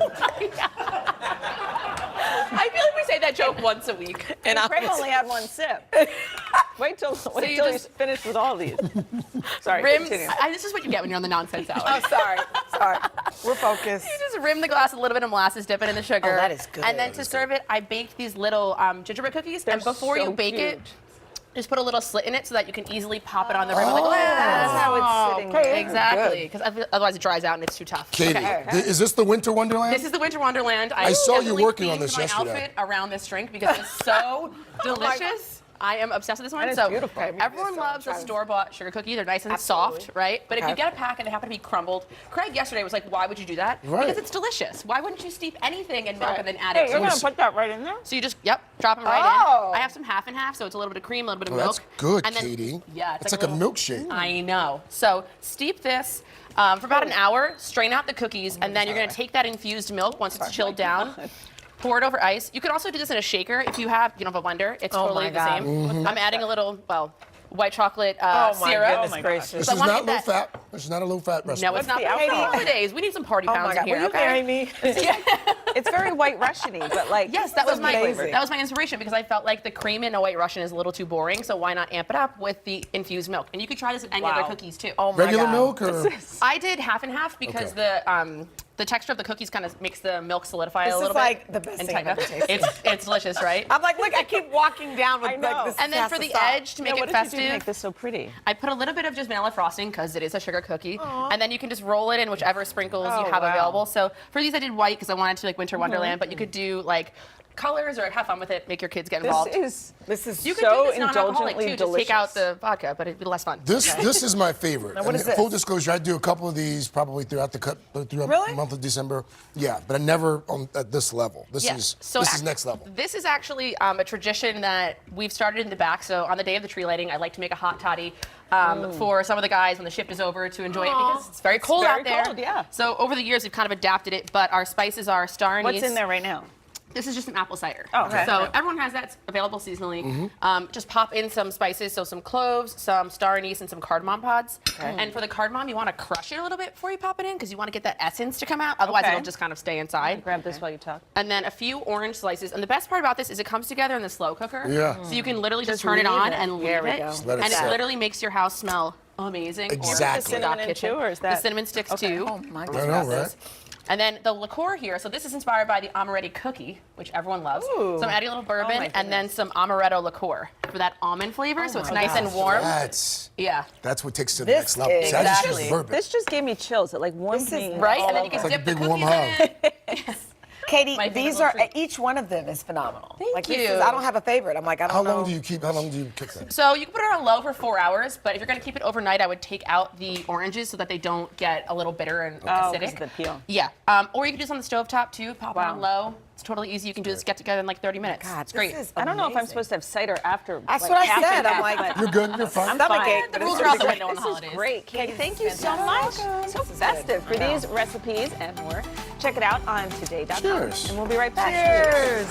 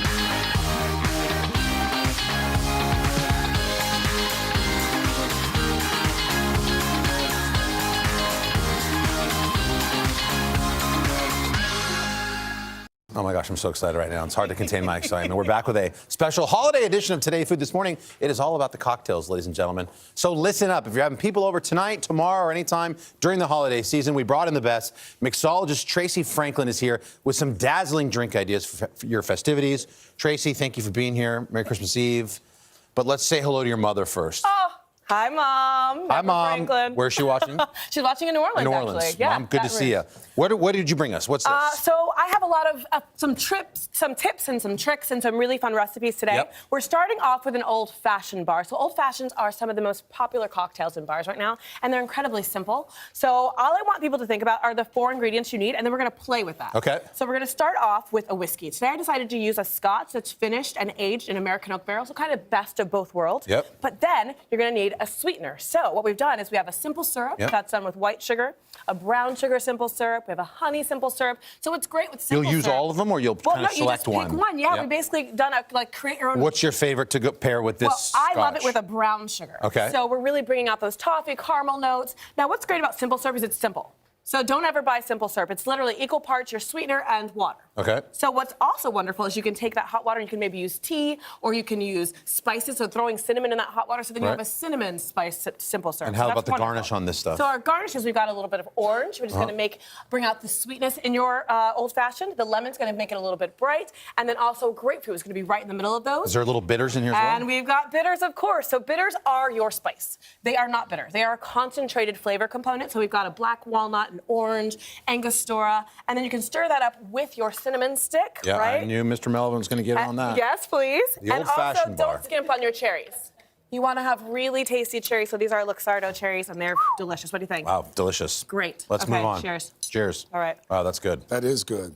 I like the Punch. cinnamon stick there. This is really important. I love So- what you've done with the ice, by the way. Right, this is actually very easy. You could use a bundt pan or you can use like a bread pan, and all you're doing is going to fill that up with water and then add in, I used cranberries and lemon slices. Yeah. Freeze that up, throw that in, and That's you're so festive. easy start, right? And it's beautiful. So punches are also easy. 4 ingredients that you need to really think about. So first you want to think about what is your weak component. So your juice or your soda or things like that, and they're going to do about 4 parts of that, right? Okay. And then you're going to do your strong component. So today we're using gin. Okay. This gin is actually infused with a little bit of rose, so it makes it a little bit more approachable than some gins. Now, if you're right? not a Smells gin great. guy or a gin gal, can you swap it out? For Absolutely, you can add vodka. You could possibly even do tequila. So you're going to do about Ooh, I like that. 3 parts gin, okay? So you're thinking 4, It's gonna 3, be a heck of a holiday 2. party here. Sure is. Now 2 Man. parts of sweetener. So what we're going to do for a sweetener today, we have an elderflower cordial. Oh, Wow. Right? That So sounds beautiful fancy. and floral. Fancy. Oh, I am fancy. And then we've got a little bit of a maraschino. So that's going to be it's a distilled liquor made from cherries. So it actually includes the pits and Can I everything. buy that at my liquor store? You absolutely can. They'll know. It usually comes in a tall bottle that's wrapped. It's really an interesting bottle. So 2 parts sweet and then 1 part sour. Wow. So lemon juice is what we're going to be adding to this. If you come to my All house right. tonight, you get a Bud Heavy. Hey, by the I way, love it. What do you think? How is That's all it? you get. That's Stir really that up, good. you guys. Not even the We're Bud gonna Light, mix huh? that a little bit. Yeah, oh, that too. And honestly, I'm not sure if I'm going to be able to get too. Oh, there we go. There we go. Light Got or a little heavy? bit. That's All right, really let's good. go Yeah, on let's to try our that. gingerbread All right. Collins. Okay. Now, And just for the record, I've Yeah. completed Did my you try this one? transformation into Santa Claus. Well, thank you so I knew much. what would happen by the end of the day. Well, so. I'm really glad that you could join us. Wow. So what we've done is I have a really wonderful holiday Gin. memory of being with my family, making cookies and listening to holiday. Moon right, yo? River. And making holiday cookies. So I decided Sometimes to you go to a party, they go a little light on the liquor. And No, we got you. There's nothing in Tracy's here. got a heavy hand. I mean, we can You just threw a party. We can Wow. add more apple cider. That's all we need to do. So I decided to take Definitely the a flavors family in of New Orleans. gingerbread and make a syrup. So I made a gingerbread syrup with ginger, obviously, some cloves, allspice, cinnamon, and brown sugar. The recipe is on today.com. Okay. And that syrup can then make a Collins, or you can make what I made for you, which is a little bit of a sour with the soda water. Thank you. So non-alcoholic. I appreciate that, but I'm absolutely sure my that's pleasure. much more delicious. This is delicious. Now using fresh nutmeg really brings out those aromatics. Dilly, as I love you well. dressed up for this cocktail So we're party. going to use a little bit of a grater Awesome. and Get those aromatics The going. invitation said dress up, and Here you nobody go. else dressed Right. up. Try that one. Yep. Is this one Thank you. non-alcoholic or? Oh, that is full on That is zero heavy alcohol. machinery And today. finally, And this one How do I looks nice and follow simple. Santa Claus? I don't know how you can, but bubbling. with bubbles, right? Anyone The that only knows way. me, a party doesn't start until you have your sparkler. So we For decided sure. to elevate this a little bit and do Okay. something fun by adding a homemade grenadine syrup. Now you can make this at home, right? It's I mean, so you don't have to buy easy. it. Okay. It is just pomegranate juice, sugar, and then a little bit that of is lemon. fancy. Look at that. And then all you do is add the some color? pomegranate seeds. How beautiful Beautiful. is that? Oh, it's gorgeous. All right. And this is our cider. Actually, this one's How going many to be seeds Tracy, do you are wanna not add? messing around. Everybody grab a drink. non-alcoholic here. Grab this I don't want to mention if you're at Everyone, home and you apple if this was cider a lot, it was a fast. lot of information, go to the website. The recipes are all there at today.com/food. But let's take a second and raise our glass, shall we? And a little toast from our family to all of you watching. We wish you guys nothing but the best. Have a great, happy, and safe holiday season. And we hope it's filled with lots of laughter, warmth, and certainly goodwill. Cheers. Tracy, thank you for being here and helping us out. So much. Oh, cheers. Tracy, well done. Cheers. We've saved this segment till the end, almost the end, because we're going to be blotto by the time it's over. It's today's holiday handbook. Whether you're hosting a party or looking for the perfect bottle to gift, we have some festive drinks that'll help us all feel jolly. Here to guide us through his top picks to toast is bourbon curator and spirits expert, Fred Minnick. Fred, good to have you here. Hey. Good Be to here. see you. Good to see you. Rocking that ascot. I got love you it. an ascot, too. Oh, when all you're right. ready, when Thank you're ready. you. To show 'em Thank how to you. rock it. That's okay. Yeah. So let's get started. Let's start off with some bubbly. So everybody likes champagne, but champagne can be very expensive. Sure. This holiday season, I'm recommending Prosecco. And a celebrity-owned Prosecco. Earl Stevens, E40, the famous rapper, has one of the best, most affordable Proseccos on the market. He'd appreciate that. And what should we look for in a good Prosecco? Okay, thank you. You want it to be, you want it to be crisp. You want to see some zest in there, a little that is bit good. of orange as well. Fresh, crisp. Ooh. Would this make a good mimosa? Great mimosa. not? And you know what? I want oysters with this. Ooh, All right. I'm down. So now this next one, a pecan liqueur is next. Yes, That's new. so this one, That's best nuts. liqueur at my spirits competition, the Okay. Ascots. This is like a pecan pie in a bottle. Wow. This is Rivulet. This is the best American That smells so liqueur good. Wow. ever made, in my opinion. Oh my God. Goes great with cocktails. Wonderful as a dessert. Wowzers. Wow. Cheers. This is Cheers. a game changer. Oh, this is. Thank you for this. Yeah, it's Rivulet. You might can just hold on find to it. this one. I think. We're all like, we're gonna put this one up to the side. Now we're looking for bourbon. That's how you know it's good. Okay, so our bourbon I'm sorry. is over here. Right here we have a Scotch. This is Glenmorangie. This is the Quinta Rubin. This is a 14-year-old. It's a Highland ready? single malt. This is older It's than your kids. Wait, this is really, this is really dangerous. tasty. All of a sudden, I'm like, wait. You drinking all these straight? Yeah, Just I'm like- you're not mixing these with anything ever. Well, you know what? We'll mix it from time to time, but this one deserves to be sipped neat. And one of my favorite notes in this is a flavor I love, marzipan. Oh. Woo!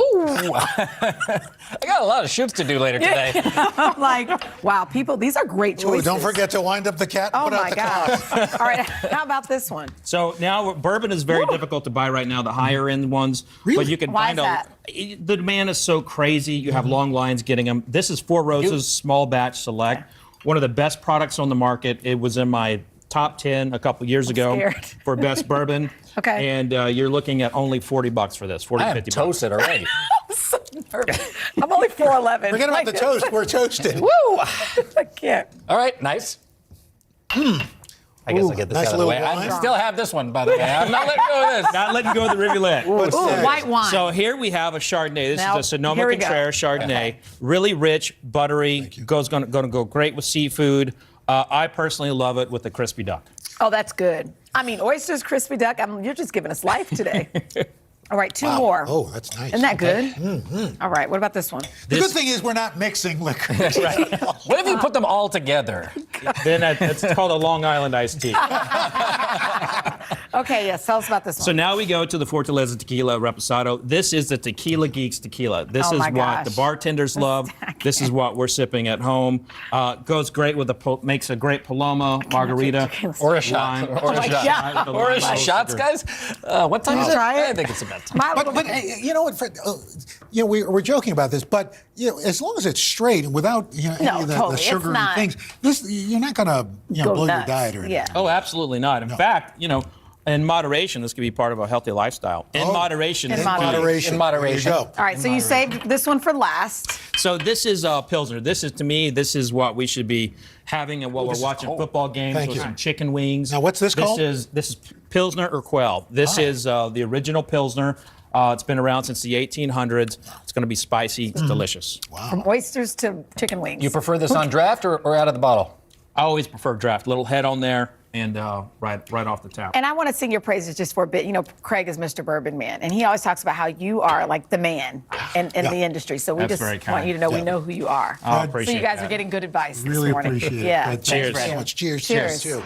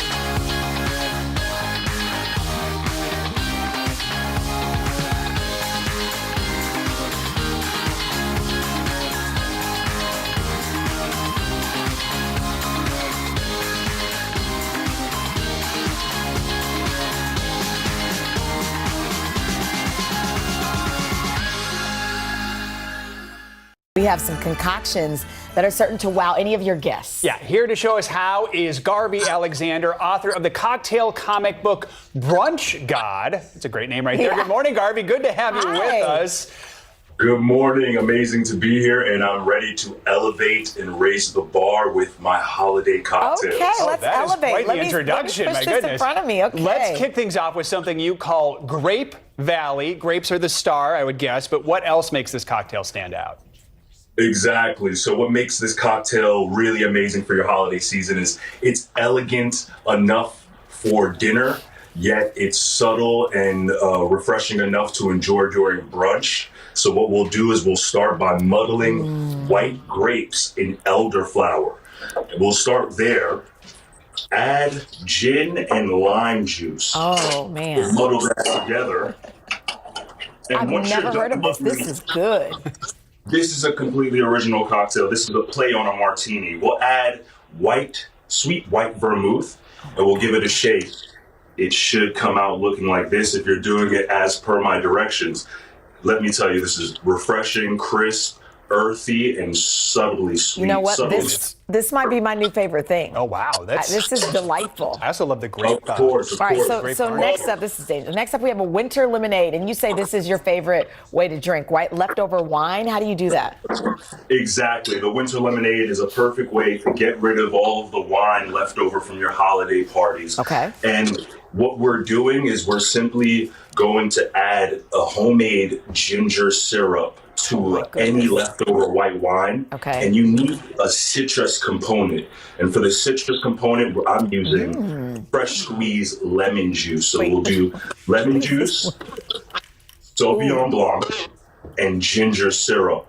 I prefer Sauvignon Blanc because it adds a light, crisp apple note. There's some lemon peel note in there as well. But you can use any white wine. Wow, these are real. These are all in your cookbook or the Brunch God book. The Brunch God Volume 1 has a set of cocktails that are totally different. So this will be the second volume. You can find that at brunchgodny.com. All right. And the second volume will be up next month. Good, because it's yummy. Let's do one you can make without alcohol, and that is an iced apple cider pitcher, perfect for the holidays. How do you jazz that up, apple cider? Exactly. I find that a lot of store-bought ciders are plain. You need to add something to add complexity and really elevate it. So what we're going to do is, you see that the work is already almost done. When you're at home, just empty your jug of cider into some apple cubes and ice. Add 1 cup of lemon juice. And what you're going to do is add this intensely aromatic spiced syrup. Oh, and that's this where spiced it's syrup, coming the recipe will be, yes, exactly. All of that spice, the warmth that you're feeling, the apple pie feeling that you're getting in your mouth is from this syrup. So you'll add 1 cup of this syrup as well. This is non-alcoholic? This is non-alcoholic, but guess what? If you want to booze it up, Well, I mean, all you there's have to do is add But this is good. 1 Like, I cup feel like everybody will enjoy this. It does taste like apple pie. This is It really, really really good. Yeah. Okay, Craig's Yeah, going it to wish he tastes was here for exactly this. like apple pie. You give your mixture a spin, and it's ready to serve hot or cold. Okay. Me, I like my cider cold. Okay. But now, let's move on to dessert. How shall we? Listen, so Craig's going to be upset that he left. This is called a bourbon cosé, huh? Yes, this is the bourbon cosé because Okay. that's exactly what it is. It's cozy.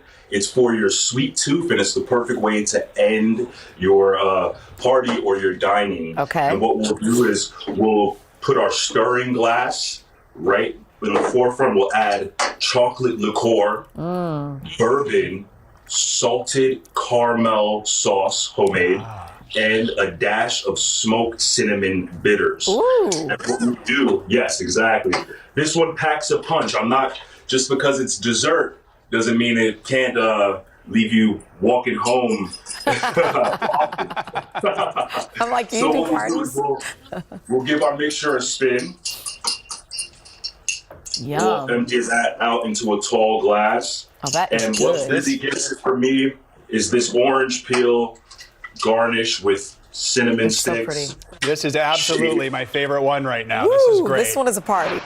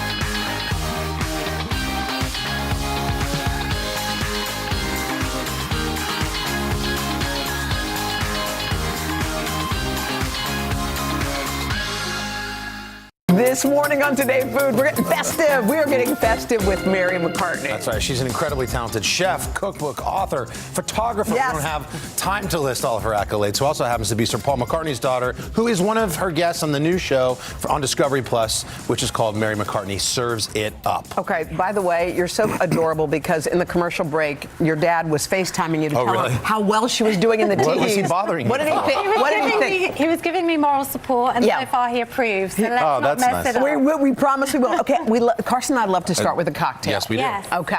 Okay, so this one is so good and so easy, and look, it's colourful. Well, let's just get It's right into festive it. Okay. Don't waste All any right. time. So, you get a glass with some ice. Okay. You get some dark raspberry liqueur. Love it. Oh, that's good. Delicious. You know what I love about it? It's It's sweet not too sweet. Sweet Okay. and fruity. What's a your- shot of vodka. Oh, vodka. Yes, see, that's A the little drink I like. squeeze of lime. Mm-hmm. Okay. And You then want me to do this? Is this a tonic? bit of What is soda this? water because you need a bit Soda of water. Oh, that's good. rehydrating Just a when little- you're drinking. little bubbly. And a couple of raspberries. We have a drinking / eating and table I over just there. crunch Craig that and to get Uncle the Al. flavor and a little sprig of mint. That is so refreshing and delicious. Cheers. Oh my gosh. Especially this early. Cheers. Boys, what do you guys Beautiful. think? You're serving it up, Mary. They love it. Okay, we have our Now- cocktail That is now. good. Let's see. Now we're going to go for a dip. Right? Yeah. This is a Bloody Mary dip, and I basically came up with the idea because I was like, All right, talk something slow, you Mary, could talk slow. eat. Something you could sort of basically eat, but has the flavors of a Bloody Mary. So it sort of came Carson's to me. specialty, by the way, Mary, I is make a Bloody good Mary. Bloody Mary. That's his My thing. yeah. So it's basically a dip with the flavors of Bloody Mary. So I use tomato puree instead of tomato juice. Okay. And basically everything else is very similar. What was down? Was that a little bit of oil There down was like a first? tablespoon of olive oil. Yep. What else you And then a tablespoon of balsamic just to sweeten it a bit, nice. Yeah, to that's take a the good edge touch. off the acidity. Yep. 1 tablespoon of tomato paste. I love how you say tomato. Tomato, Okay. tomato, Okay. and then Worcester Let's sauce. call the whole thing off. Worcester, which is classic for Bloody Mary. Yeah. Okay. And then celery salt. Oh my gosh. Brilliant. Celery salt. And then you just warm And that that vodka left through in the for about thing? 5 minutes. Do what you want. Oh no, and the vodka. Oh, you got it. Oh, Vodka. yeah. There is a guy. Thank He's you, listening. thank you. And then you just cook that, simmer it for about 5 minutes, and you can have it warm or room Wait, so temperature. that's a dippy sauce for this, what? This is a dip. This is what I made with Oprah Winfrey on the new show. Wait, I'm sorry. Wait. Hang on. Your dad's there. My Oprah. dad is on one Reese episode. Witherspoon. Yeah. And so it's about entertaining, but it's make ahead. So I like things that are make ahead. They're Yeah. easy. This you can make, So what's and done you can even here? do I've it never the day even heard of this. before. It's such a great idea. There you go. And then you get a little piece of focaccia. Yeah, you stick it. All the things that you would have on And you in a dunk it Bloody here? Mary. There you go. No, you So do good. focaccia, What do you do? an olive, and a bit of celery, like a Bloody Mary. Oh. And Okay. then you just dip Dunk it, it. the bite. Here you go. dunk away. gonna taste the Bloody See if you can get that in one bite, though. Oh, please don't make us do that. That is delicious. It is. Thank you. That is Thank you. fantastic. Yeah. Bloody Mary dip. That is yummy. Never heard of Yay. I love it. Now, All would right. you like dessert? What do you think Yes, of the, please. the dip? I love that. Good, right? You got it? Dip some shrimp in that. That's a good No. Build This my is a own. vegan cooking Oh, I'm show. sorry.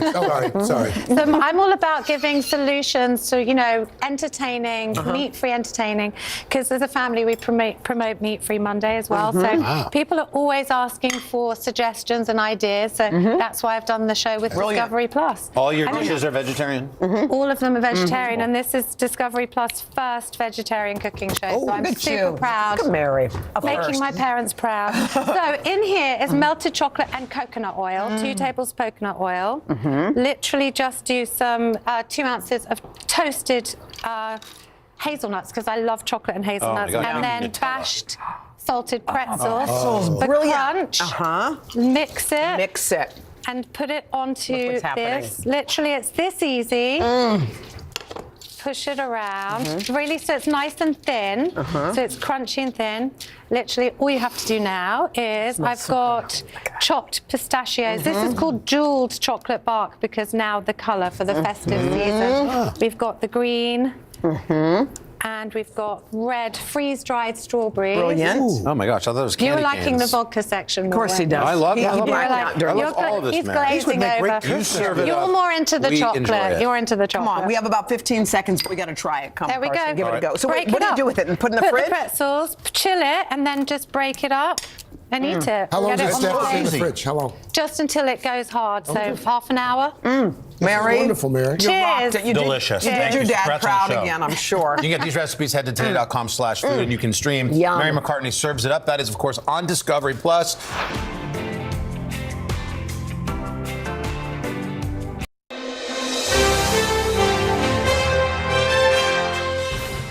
You never know.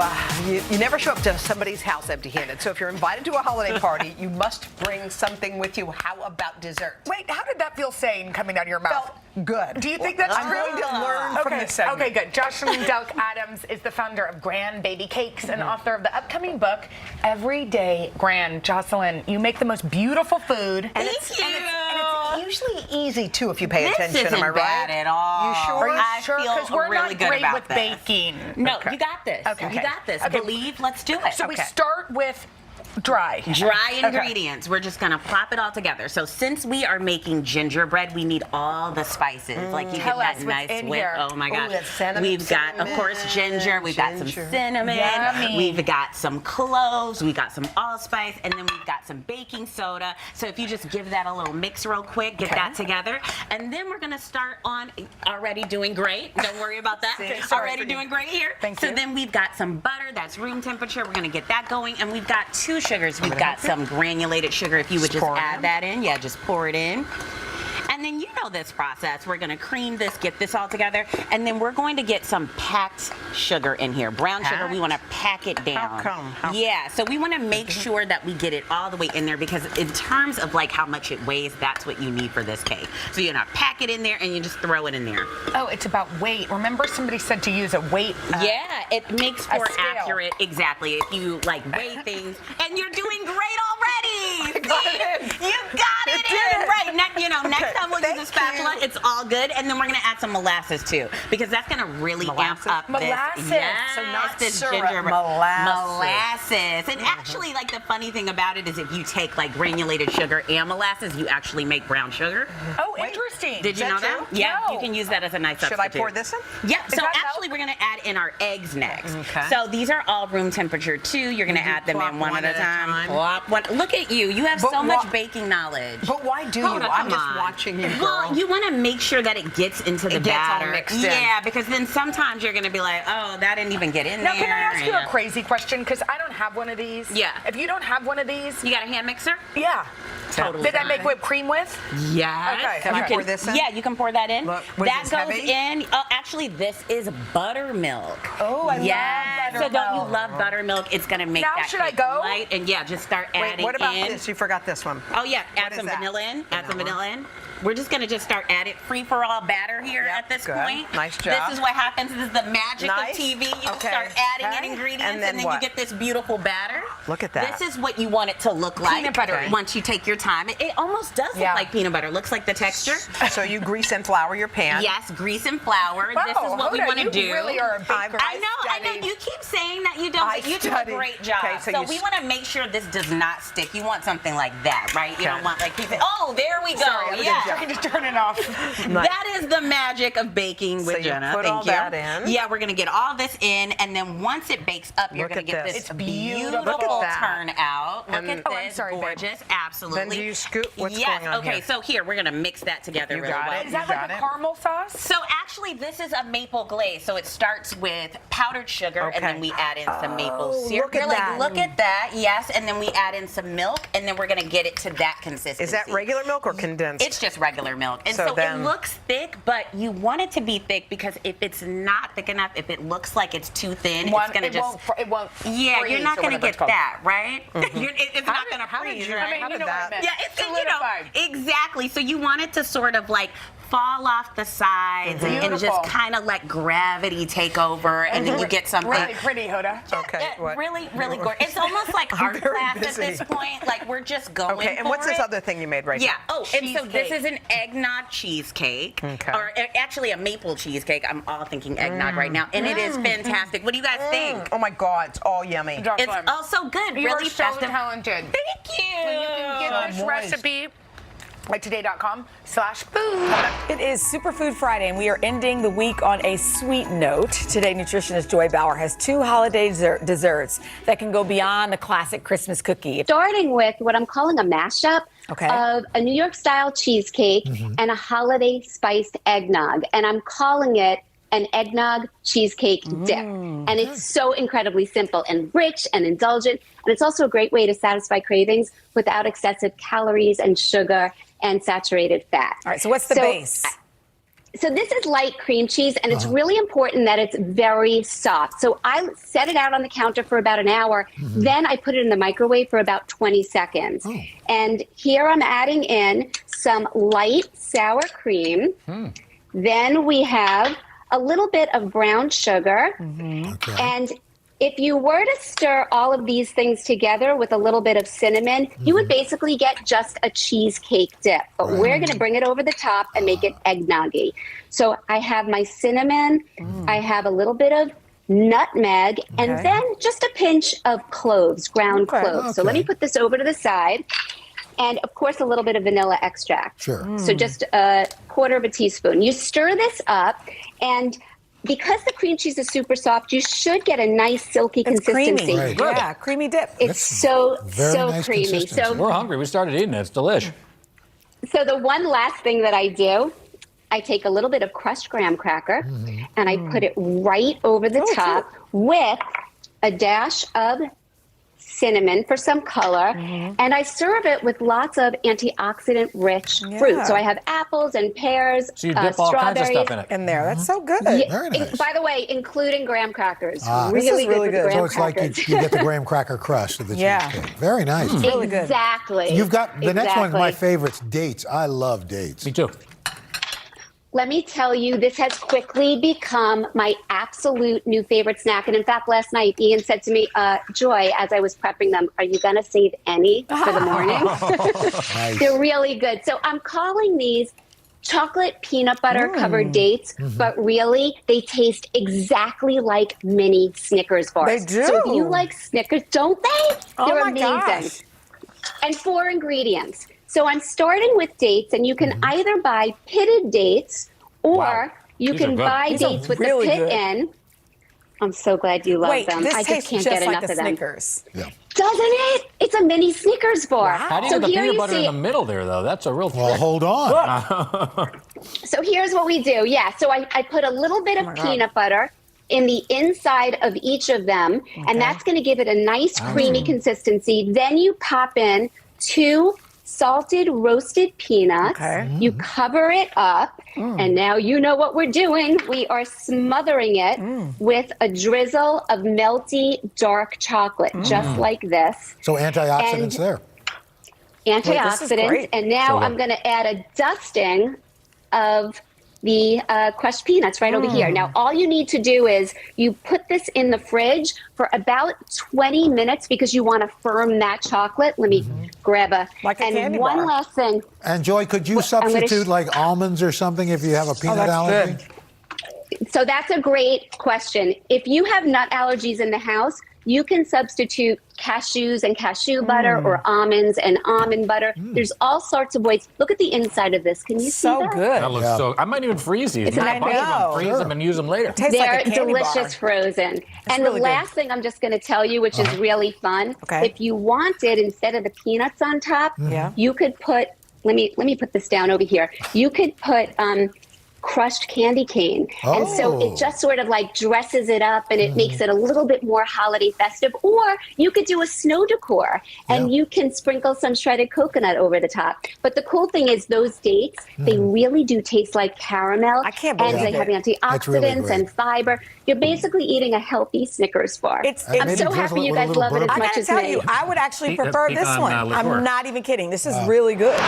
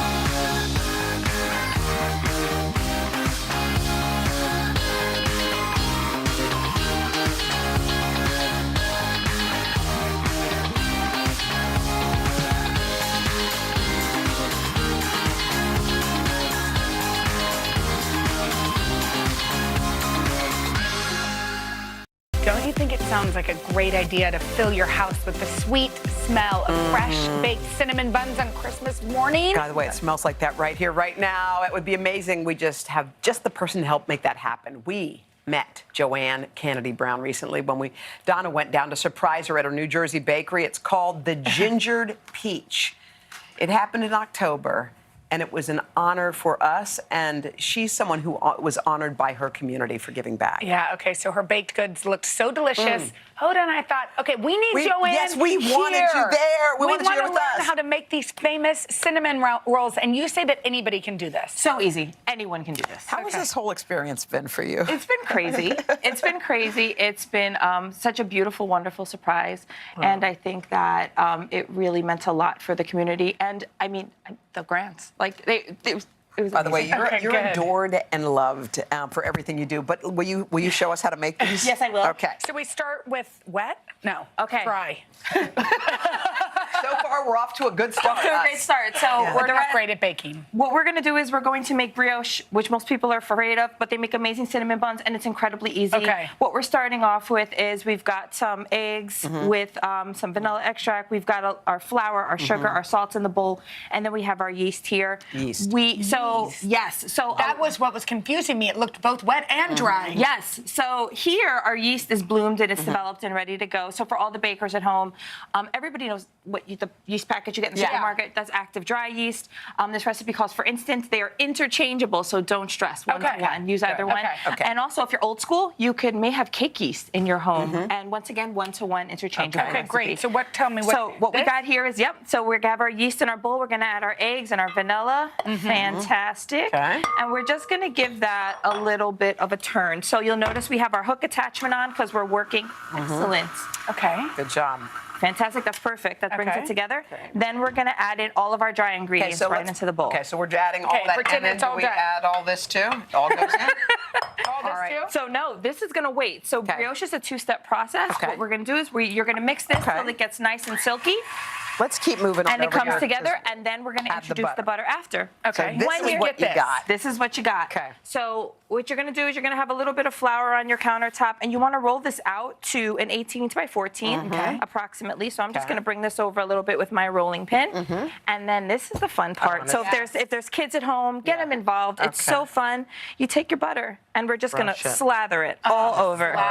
You know what? If you're impatient like me, you can just dump it on there, and you're gonna spread it all over the place. And then we have cinnamon sugar right there. And then we've got cinnamon sugar, I love cinnamon which sugar. you can make it rain. Make it rain. Just make it rain cinnamon sugar Merry all over. Christmas to us. If you want to substitute nuts, throw some nuts in here. You want to throw some cardamom, Whatever you want to do. We want So cinnamon now, how do you make it turn into rolls? So this is how you turn into rolls. You're going to start and flip over an edge just like that, and then just keep doing that.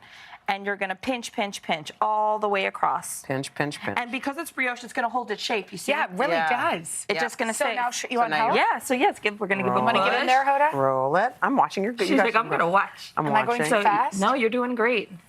Good. So we're gonna roll it. So once it gets all the way up. Yep. Once we have it all the way up. We just have a couple of seconds. So we slice it and put it in here. Yep. This is, how long do you bake it?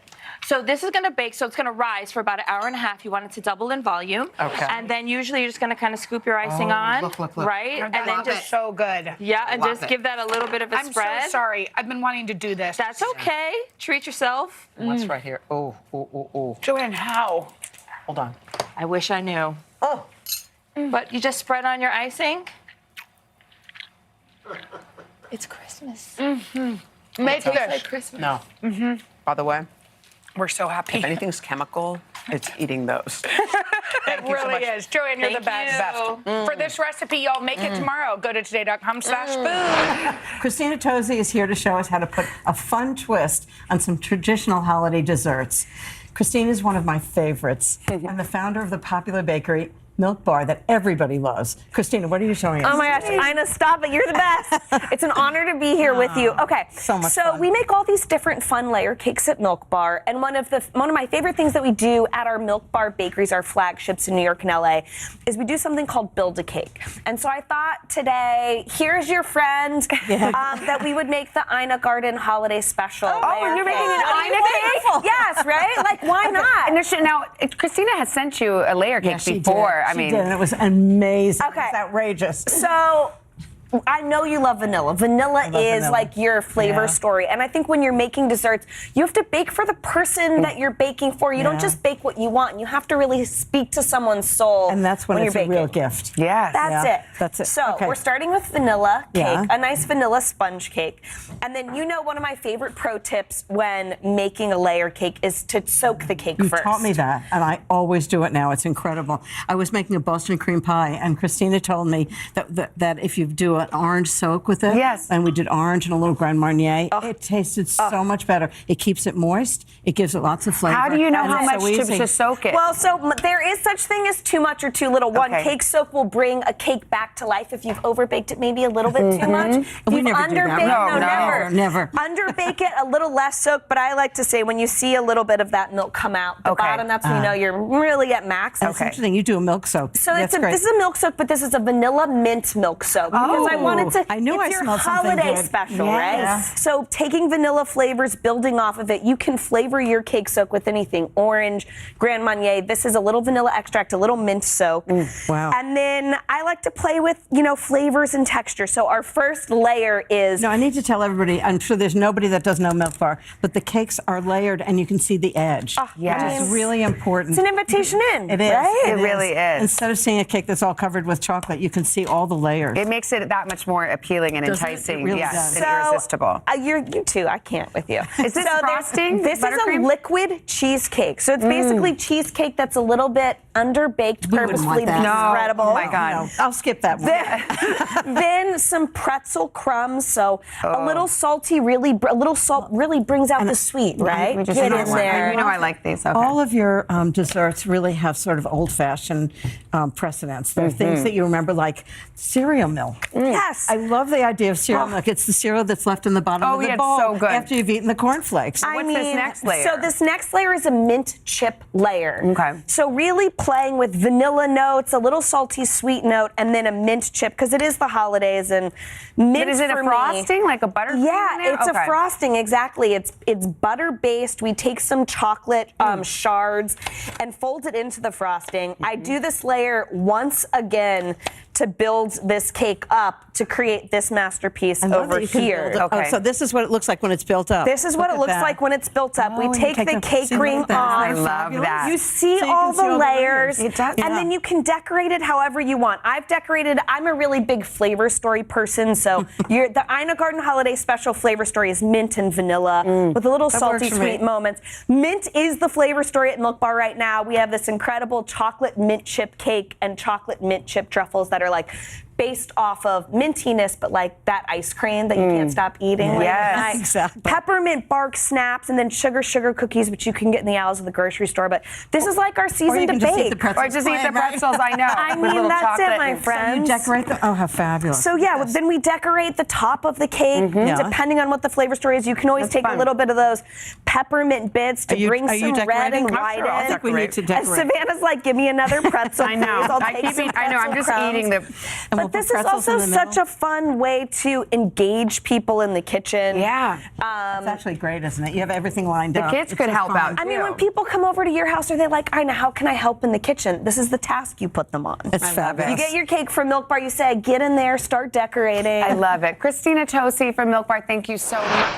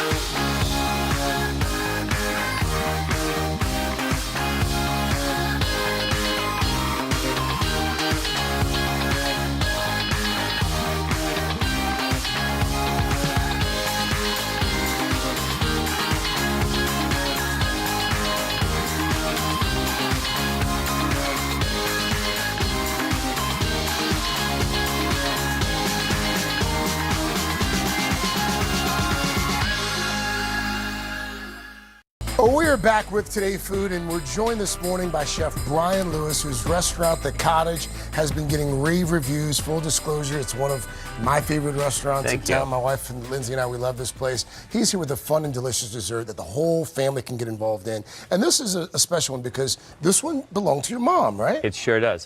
So my mom, MJ, hi Mom. She is absolutely awesome, and this is her go-to holiday. Every December we enjoy these cookies since we were kids, and now my boys, Jude and Jax, my twin boys, they make it with me. I love it. And to varying degrees of success, I'm going to get right into this and show you how we do it. What'd you just throw in there? All right, so we have hazelnuts and almonds, which you want to use blanched ones. Toast them for about 10-15 minutes at 350 degrees until they're just lightly brown. Let them cool. Put them in with a little bit of flour in the recipe. And you want to blend that just so it's nice and fine. And the flour keeps it from getting too oily and nice and separate. And then we're going to have all these other delicious ingredients. So you have this almond hazelnut flour, if you will. Okay. All right, and then we're going to take, you want to get in here? Sure. Get some flour. Just regular all-purpose flour? All-purpose flour. Okay. Sugar. A little sugar. 1 egg, 2 Not eggs. yet on the eggs. Oh, yes, Not yet on the eggs. Hold on. You're going Hold to take your your spices. You've got cinnamon, baking powder, salt, a little bit of nutmeg. A little nutmeg. All right. Put you to work here with the lemon. a second. Lemon zest. A little bit of lemon zest. So it's a really fragrant, What's beautiful. the word over there, boys and girls? Are you getting in on it? Delicious. You stole one of the cookies, too. So the nice part about this is it works really beautifully as a tart, which we serve in the restaurants, or as cookies, which we of course have at home. You want to get in there with blend that just a little bit, pulse it, go, and we're good. And that's a little cold butter there. Cold butter. I want to make sure we get it all in. So You let's got move it. down to Moving the on pot. down. Yep. So here we're going to have our raspberry jam. You can either make your own, or of course, any store-bought, really good quality. You get your sugar. A little Raspberry bit of jam's easy to make, right? Super easy. Raspberries, sugar, a little bit of lemon juice at the end. Cook it down for about 20 minutes. Finish it with lemon juice. Let it chill, and we'll go over to the tart. Dylan Dreyer's wheels are spinning right now. She's like, I can make raspberry jam today. I make It's super raspberry easy. tarts, but they're not this good. So. And then we want to just roll out our dough. It's very important that when you take the dough, you want to refrigerate it for a good 20-30 minutes to make sure it's not too soft. Okay. Because it's a really beautiful, pliable dough. And the nice thing is we make with the kids, with Jude and Jax, we just make a bunch of cookies or tarts, and you can really just freeform it. It's not. It's a very forgiving dough, so it's really nice that way. Okay. We're going to roll it out, and then over here. You're right. This would be great to do with the kids. It's perfect. Because it's delicious, and of course, they love to eat it alone, raw. Of course. Who doesn't? So we've rolled that out. We're going to get over here. So you're going to get your tart just to about this size. Put it in the refrigerator. And then this is also, if you don't want to do a tart, there's your cookies.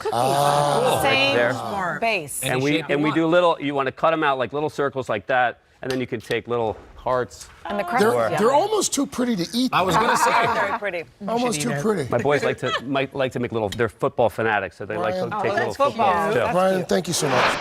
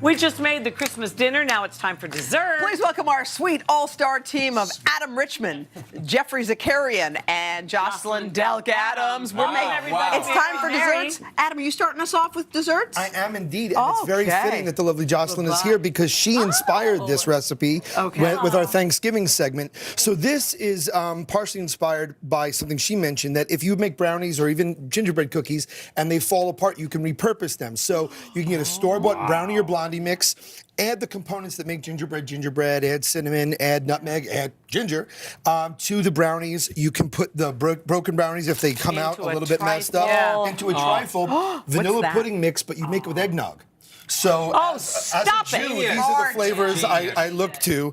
And then you just can finish it off with a little bit of crumbled gingerbread. So it's a great one. And I have to say, because I don't get a chance to cook with you again, I am going to miss you so much when you go. And I love you so much. And I think you're the best. So this is a great holiday gift for me to be able to cook with you again. Sweetheart. Jeffrey. That's so sad, but I get to visit you because I'm in New York still. Yes, you are. That's right. Speaking of you, I'm going to use some of your wine, and I'm going to mull some fruit. So this is great because the way to my heart. Everything, this is all from your pantry. This is all leftover. So if you have dates, if you have apricots, cranberries, this is made with fresh plums. You can use pears, and you can smell this, and you put the mulling spices, some cinnamon, some star anise. And I think Christmas and holidays are about the smells and music. It's all so the senses. holiday music and smelling. And you can cook anything, and you're happy. My CDs and my wine. It's perfect. So we're going to take some of this fruit. We're just going to cook this My fruit. idea of heaven. We're going to cook this fruit with some sugar, cook it down. Look how beautiful that is. What are you doing And with we're going to take a store-bought cheesecake. I know. Which is a pie. There's I nothing love that wong about with you, that. Jeffrey. And we're You're going to put not this a on snob. top. I'm not a snob, and you can Look just at use that. this and decorate. Look at that. Or ice cream. Look And how you delicious can that say, looks. I made it, and then you mean it. Isn't that beautiful? That's so wow, pretty. gorgeous. From me to you. That's awesome. Hey, Jeffrey, is a cheesecake a pie or a cake? We're just having a quick debate. It's a cake to me. It's a But cake. it's made with the sour cream And it's got the crust, and it looks like a pie. It looks like a key lime it's not pie. pie. I So think the it's a key lime cake. pie looks just like that. Okay, bye-bye. Why don't you We're mull just that over as wondering. you're mulling that?